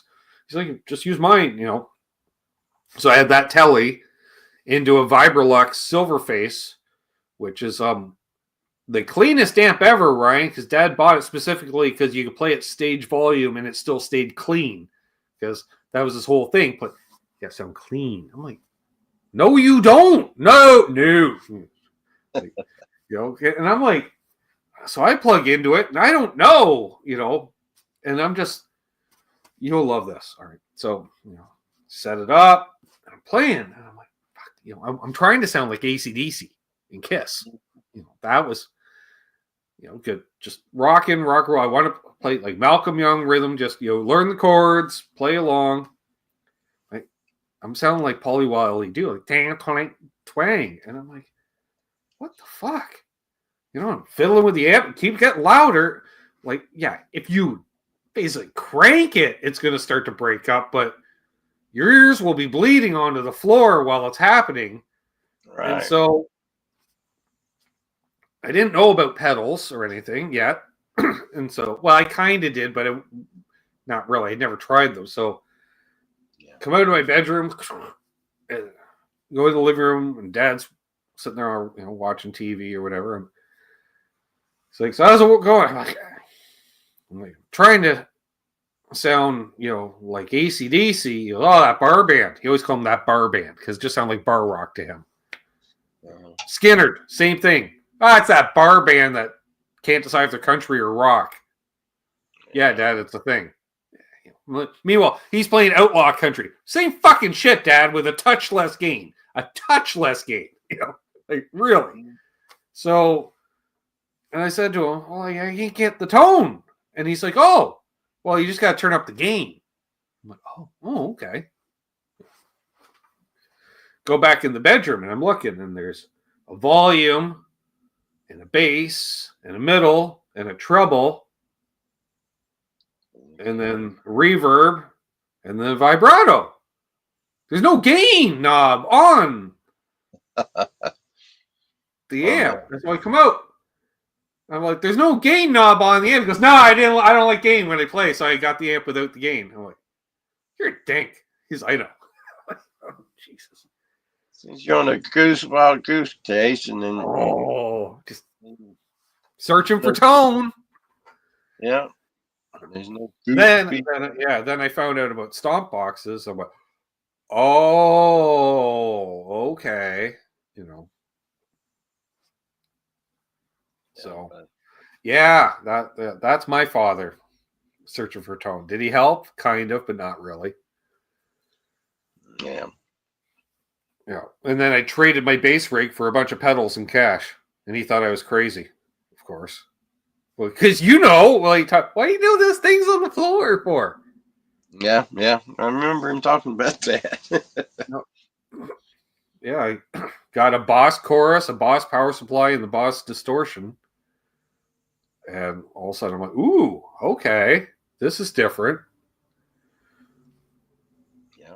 So it was a start, but yeah, that was my father. You need it. Why are you hiding behind those effects? Well, it's a sound, Dad. I can't tell what chord you're playing. It's all distorted. Yeah. All right. Some people like that. Right? Yeah. Don't get it. He hated Hendrix. I was telling Chris about that the other night. He says he was a good sound technician. Wasn't much of a player, in his opinion. I'm like, whoo! Like, I remember him saying that back in high school. And, first of all, he's like, he's always out of tune. I'm like, well, that he is. Like, you watch the live stuff, he's not in tune. And he says, yeah, he's hiding behind all that fuzz and wah and gimmicks. He would do this with the hand. Gimmicks. It's all a bunch of gimmicks. Dismissed it altogether. Real players don't need that shit. So Clapton, like I remember when I was little, he'd talk about Clapton the way we talk about Eddie Van Halen. Yeah. He says, now that guy could play. I'm like, all right. And I don't even think we had any Clapton albums. Just knew he was the best, type thing. All right. Dad didn't even own a close to rock record. Oh, he had CCR and Steppenwolf. Oh, but then it's funny, as he got older, by the time the YouTube thing, he's like, oh, nothing good came out since 1963. His dad was all about just the rockabilly. I'm like, bullshit! Because you had Steppenwolf records, for one thing, and CCR, and You played outlaw country, for fuck's sakes. We've seen the photos. I'm just saying. The hat, the beard, and the shirt, the boots. He dressed like that 24/7, always. Stage wear was everyday wear for my father. He just wore the same thing. Yeah. But if he had Steppenwolf, he had the introduction to heavy metal. Exactly. The very first time heavy metal was ever a word was heavy metal like thunder, wasn't it? Mm-hmm. And that was in that phrase. Who'd have ever thought that would have become a style of music? Mm-hmm. True that. Did Dad have an opinion on Jerry Reed? Oh, monster player. He loved Jerry. Because he thought he was a character, too. And I agree. I said, you know what? Jerry Reed might be, like, at least for me as a musician, possibly the best entertainer, period. Because the guy could play and sing and was funny as hell. Like, yeah. Like, here's my money. Sell me a ticket, Ryan. Like, the guy's going to pick his ass off, like Chad Atkins, or better, and tell a joke that's going to have you literally busting a gut. Right. Yeah, I love Jerry Reed. And, a lot of the songs that he had out, like Amos Moses and stuff like that. And right. There were some rocking tunes he had going. Mm-hmm. But yeah, Jerry was a really good guitarist too. Did Dad like Glenn Campbell? He's like the whole rhinestone cowboy thing. He's like, because that spawned a whole lot of posers, that whole scene, in his opinion, City people walking around in Western boots. Oh, I'm wearing cowboy boots. They're Western boots, not cowboy boots. All right. It's a Western hat. It wasn't a cowboy hat to the old man. All right. Unless this is just hearsay, I read somewhere that Eddie Van Halen even asked Glenn Campbell how to depict so fast. Oh, hell yeah. Guaranteed. And tried to give him, kind of give him some how to get faster speed. Sean asked, Roy Clark, actually, my first concert, call it that, beyond, like, because I would go to theater shows to see my dad play. They do benefit shows for the local union. So it'd be 5 or 6 bands in this old, say, vaudeville style theater. So it was a show, but I'm like, they're all bar bands doing the show, essentially. These are the same bands you see play the bar circuit because Dad was on the bill, But Roy Clark was playing at the local hockey arena. So, legit concert, let's call it that, Roy Clark was coming to town, and it was like my mom, my dad, my dad, his best friend Gary, and then somebody else was supposed to go along, but they dropped out, so they had an extra ticket. So he's like, I don't suppose you want to go? And I'm like, why not? Like, everybody knows who Roy Clark is. Like, he had done enough crossover into mains. He's part of Americana. We know who he is. Whether it be Hee Haw or him on various TV shows making appearances. Like, I'm aware. I think he was on the Muppet Show. That's how I was first exposed to him. As a kid, type thing. I'm like, oh yeah, Roy Clark. I'm like, sure. I knew I was going to see some picking. And by that time, I've been playing guitar for a year or two. I was, buying the guitar mags. I was fully into. I couldn't shred, but that was the scene. Again, we're talking 1990-ish. Eddie's the king of the world. Your Vi's, your Satriani's, they're all on the covers. Your Eric Johnson. So I thought, okay, let's go. And it just happened because my old man being who he is, and he was still president of the musicians local at the time. So we had like second row seats or third row center. So, and I may have stood out like a sore thumb because I think in the 2,500 people in attendance, there's 10 of us under the age of 30 type thing. So, let alone with a leather jacket and probably wearing an AC/DC t-shirt. And so, like, Roy noticed me and kind of thing. And he did some tapping type thing. I'm like, oh shit, okay, yeah, cool, I just remembered that. But you know, and again, telling stories, put on a hell of a show. And I just remember, like, we all met up at our restaurant before we left, and my dad's buddy Gary comes walking in the door, and he's like, "Well, you're going to school tonight, son." And I went, "Oh, I know." And he went, "Oh," because he had this whole thing prepared to tell me who the hell. I'm like, "Oh, I'm aware. I'm going to school tonight." Like, and I couldn't tell you the set list or anything like that. Nothing. I just remember he had one guitar he brought out that he bought in Russia, and he had the story about playing in Russia and this guitar that he bought while over there and stuff. And I was just like, cool, like, because I'm like, who the fuck plays Russia? You know, this the communists. Like, I was like, okay. You know, we didn't get a chance to meet Roy, unfortunately, but hell of a show. And then, and if both of us, both my parents went, and the restaurant was still, it means Mark's brother Milt T in the chat, Ryan, would have been running the kitchen that night probably at the restaurant. Okay, I didn't even know that was Mark's brother. Yeah. Cool. And Roy Clark, if you look up some of his old videos and stuff, he would, before he got, into a lot of singing and stuff, he would bounce around on the guitar, kind of being like a comedian, but still he was playing hammer-ons, pull-offs, Pure musician, is there someone better, like, in the fact that, like, a virtuoso on guitar, banjo, and fiddle? True, yeah. Right? Banjo player, yeah.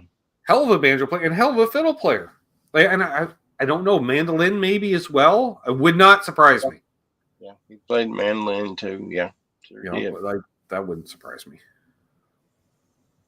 But yeah, Roy Clark, that's always funny. It's like my first concert. People ask, what's your first concert? Like, first concert or first rock concert? Yeah. But it's hard to delineate though, too, like, because I don't know what the capacity, I suppose I could look up the capacity of the Sterling Theater, but it holds several hundred people, and it was a big stage with, I've seen some photos from shows there. It was just a whole back line of PV gear, and then a whole bunch of country bands from the area that would play over the course of an evening. And usually there was a family of something, and then ones that come out with the fucking dancers as well, like cloggers or something. You're like, oh fuck, this is gonna suck balls. Because the only band I really liked was Dad's band, because they leaned into a little Willie Whale and stuff, and I'm like, ooh, because it's kind of Southern rock, you turn it up and the amps get a little breaky uppy. Now we're Southern rock, so I kind of dug some of that stuff, but a lot of the bands were like, oh no, it's like they're wearing uniforms, Ryan. They got the matching cowboy suits. I'm like, holy fuck, this is gonna suck. It's gonna be all Merle Travis. Come on.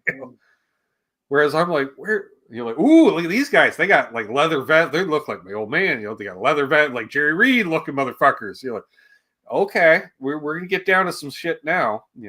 And then, they got a pedal steel player. All right. I've always liked me some pedal steel, because that's just the ultimate in trying. I've got a buddy in Nashville that's he's actually a friend of my dad's. He's a cousin to my dad's friend. Yeah, but he's the one that played on Brothers of Arms with Mark Knopfler. He was playing steel guitar then, and then he was just a sessions musician in Nashville. And Mark, asked for one of the better players, and then until they got him in there, and then I remember him telling me the story about how they got to play with Mark, and then on the album and everything, they recorded the album, and then he gets a phone call one day, and he says, hey, who is this? And he's like, this is Mark Knopfler, man. He's like, oh, hey, Mark, what's going on? And he's like, I want to know if you want to come and do a tour with us in Europe for about 4 months. And he's like, what would you have to do that? How much would it take? And This old boy was like, he ain't never done nothing like that, you know. And so he's like, well, we'll think about it. And as soon as he got off the phone with him, he called his old man. And his old man is the one that makes Franklin steel guitars. Okay. So this guy's name is Paul Franklin. If anybody knows of him, he's good friends with Vince Gill, and him and Vince done a lot of stuff together. And but he talked to his dad, and his dad says, "You don't say nothing." He said, "You let him offer you something, and you just see how it sounds." And then so next time he talks to Mark, and Mark says, "How does like a 100,000 for 4 months, and all your expenses are paid. You know, your sleeping places, your arrangements for eating, and everything else. All that's paid, and then you tour Europe with us. You know." He's like, "I get to tour Europe for 4 months and get paid $100,000. That was in 1984 or 85, I think. And that About album that. come out.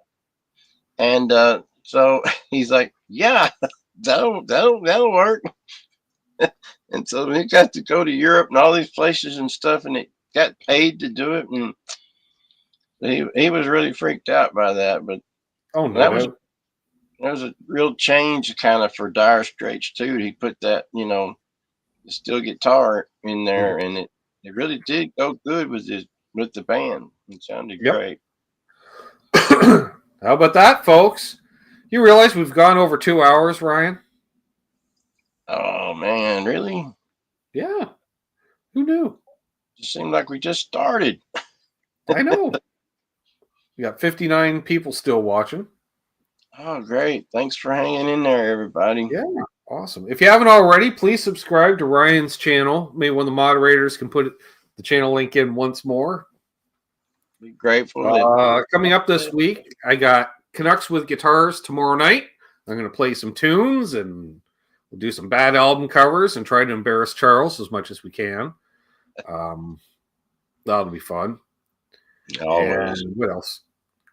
I don't know what's coming out for demos this week. I haven't shot any yet. I was going to shoot some tomorrow, but turns out I got to take my sister shopping. Yeah. Thank you, Charles. Family comes in first. What did you say? That's Ryan's channel. Oh, okay. Oh, thanks. Thanks, Charles. Appreciate that, brother. Yeah. So I don't know. I do not know what I got to see what they got in the store for me to play on. There's Dave Chase. We were not talking about you being naked, Dave. No, not at all. I don't know if there will be a. Ryan was asking earlier if there'll be a grocery store live stream. Probably not, because it's cold, like really cold out. So I might be inside as well. I gotta get cat food. So did we get a tip towards cat food tonight? We did not get a tip towards cat food tonight. Dang it. Well, maybe if we do a show tomorrow, Sean will get some cat food donation money. So cat likes to eat, apparently. I don't know. I do have some cat food, and my cat is gone. He's just, I guess he's an outdoor cat, and it's that time. He likes to go off for about 3 months. One time he was gone for like a year or two, and then all of a sudden shows up again, and then I'm like, this one thinks about going, "Oh, thanks, Ed," with the super sticker. Appreciate that, brother Ed. Yeah, appreciate it. Way to go, brother. Yeah. He's the brother. So cat will be happy.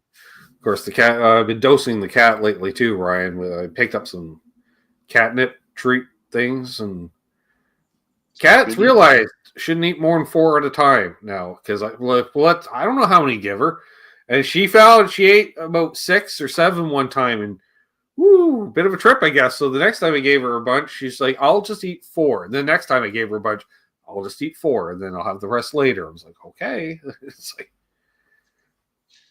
so why we haven't heard from her tonight, because she's been thoroughly dosed, apparently. I thought she was going to be on the show. So did I. Yeah. Bunch of folks saying they enjoyed the show. I'm glad you enjoyed it, folks. So like I say, come on back tomorrow night. And then next Sunday, we got BC Rich 581. We're going dark. We're going dark, folks. Dark route. It's going dark. So, yeah. Take your antidepressants before you tune in next week, folks. That's what I recommend because, it's going to be dark. So, on that note, Ryan's still Ryan. I'm still me. Everyone's still everyone else. So, hold those doors open. Wait, I got to end the show. Right. I don't have Trev tonight. Damn it. Of course, hold the line here, Ryan. As always, be well, everyone. Hold those doors open. Oh, thanks, Richard Nagamitsu, for the cat food. There we go. And again, thinking of you, Rick, the passing of your canine friend. And hold the doors up for Richard, or let Richard Nagamitsu in ahead of you in traffic. Why don't you? Or Ed, or I don't know, Ferd, I guess. Sure, why not? Not Mark Taft. He doesn't drive. If Mark's driving, just let him go anyways. Jesus Christ. But I got the cops after him. Right, Chris? All right. Happy tone chasing. Be good to each other. Doug's wife is real. I know. Oh, I don't even have a thing set. Wow, where's that? There it is. And be good to each other. And, of course, don't litter.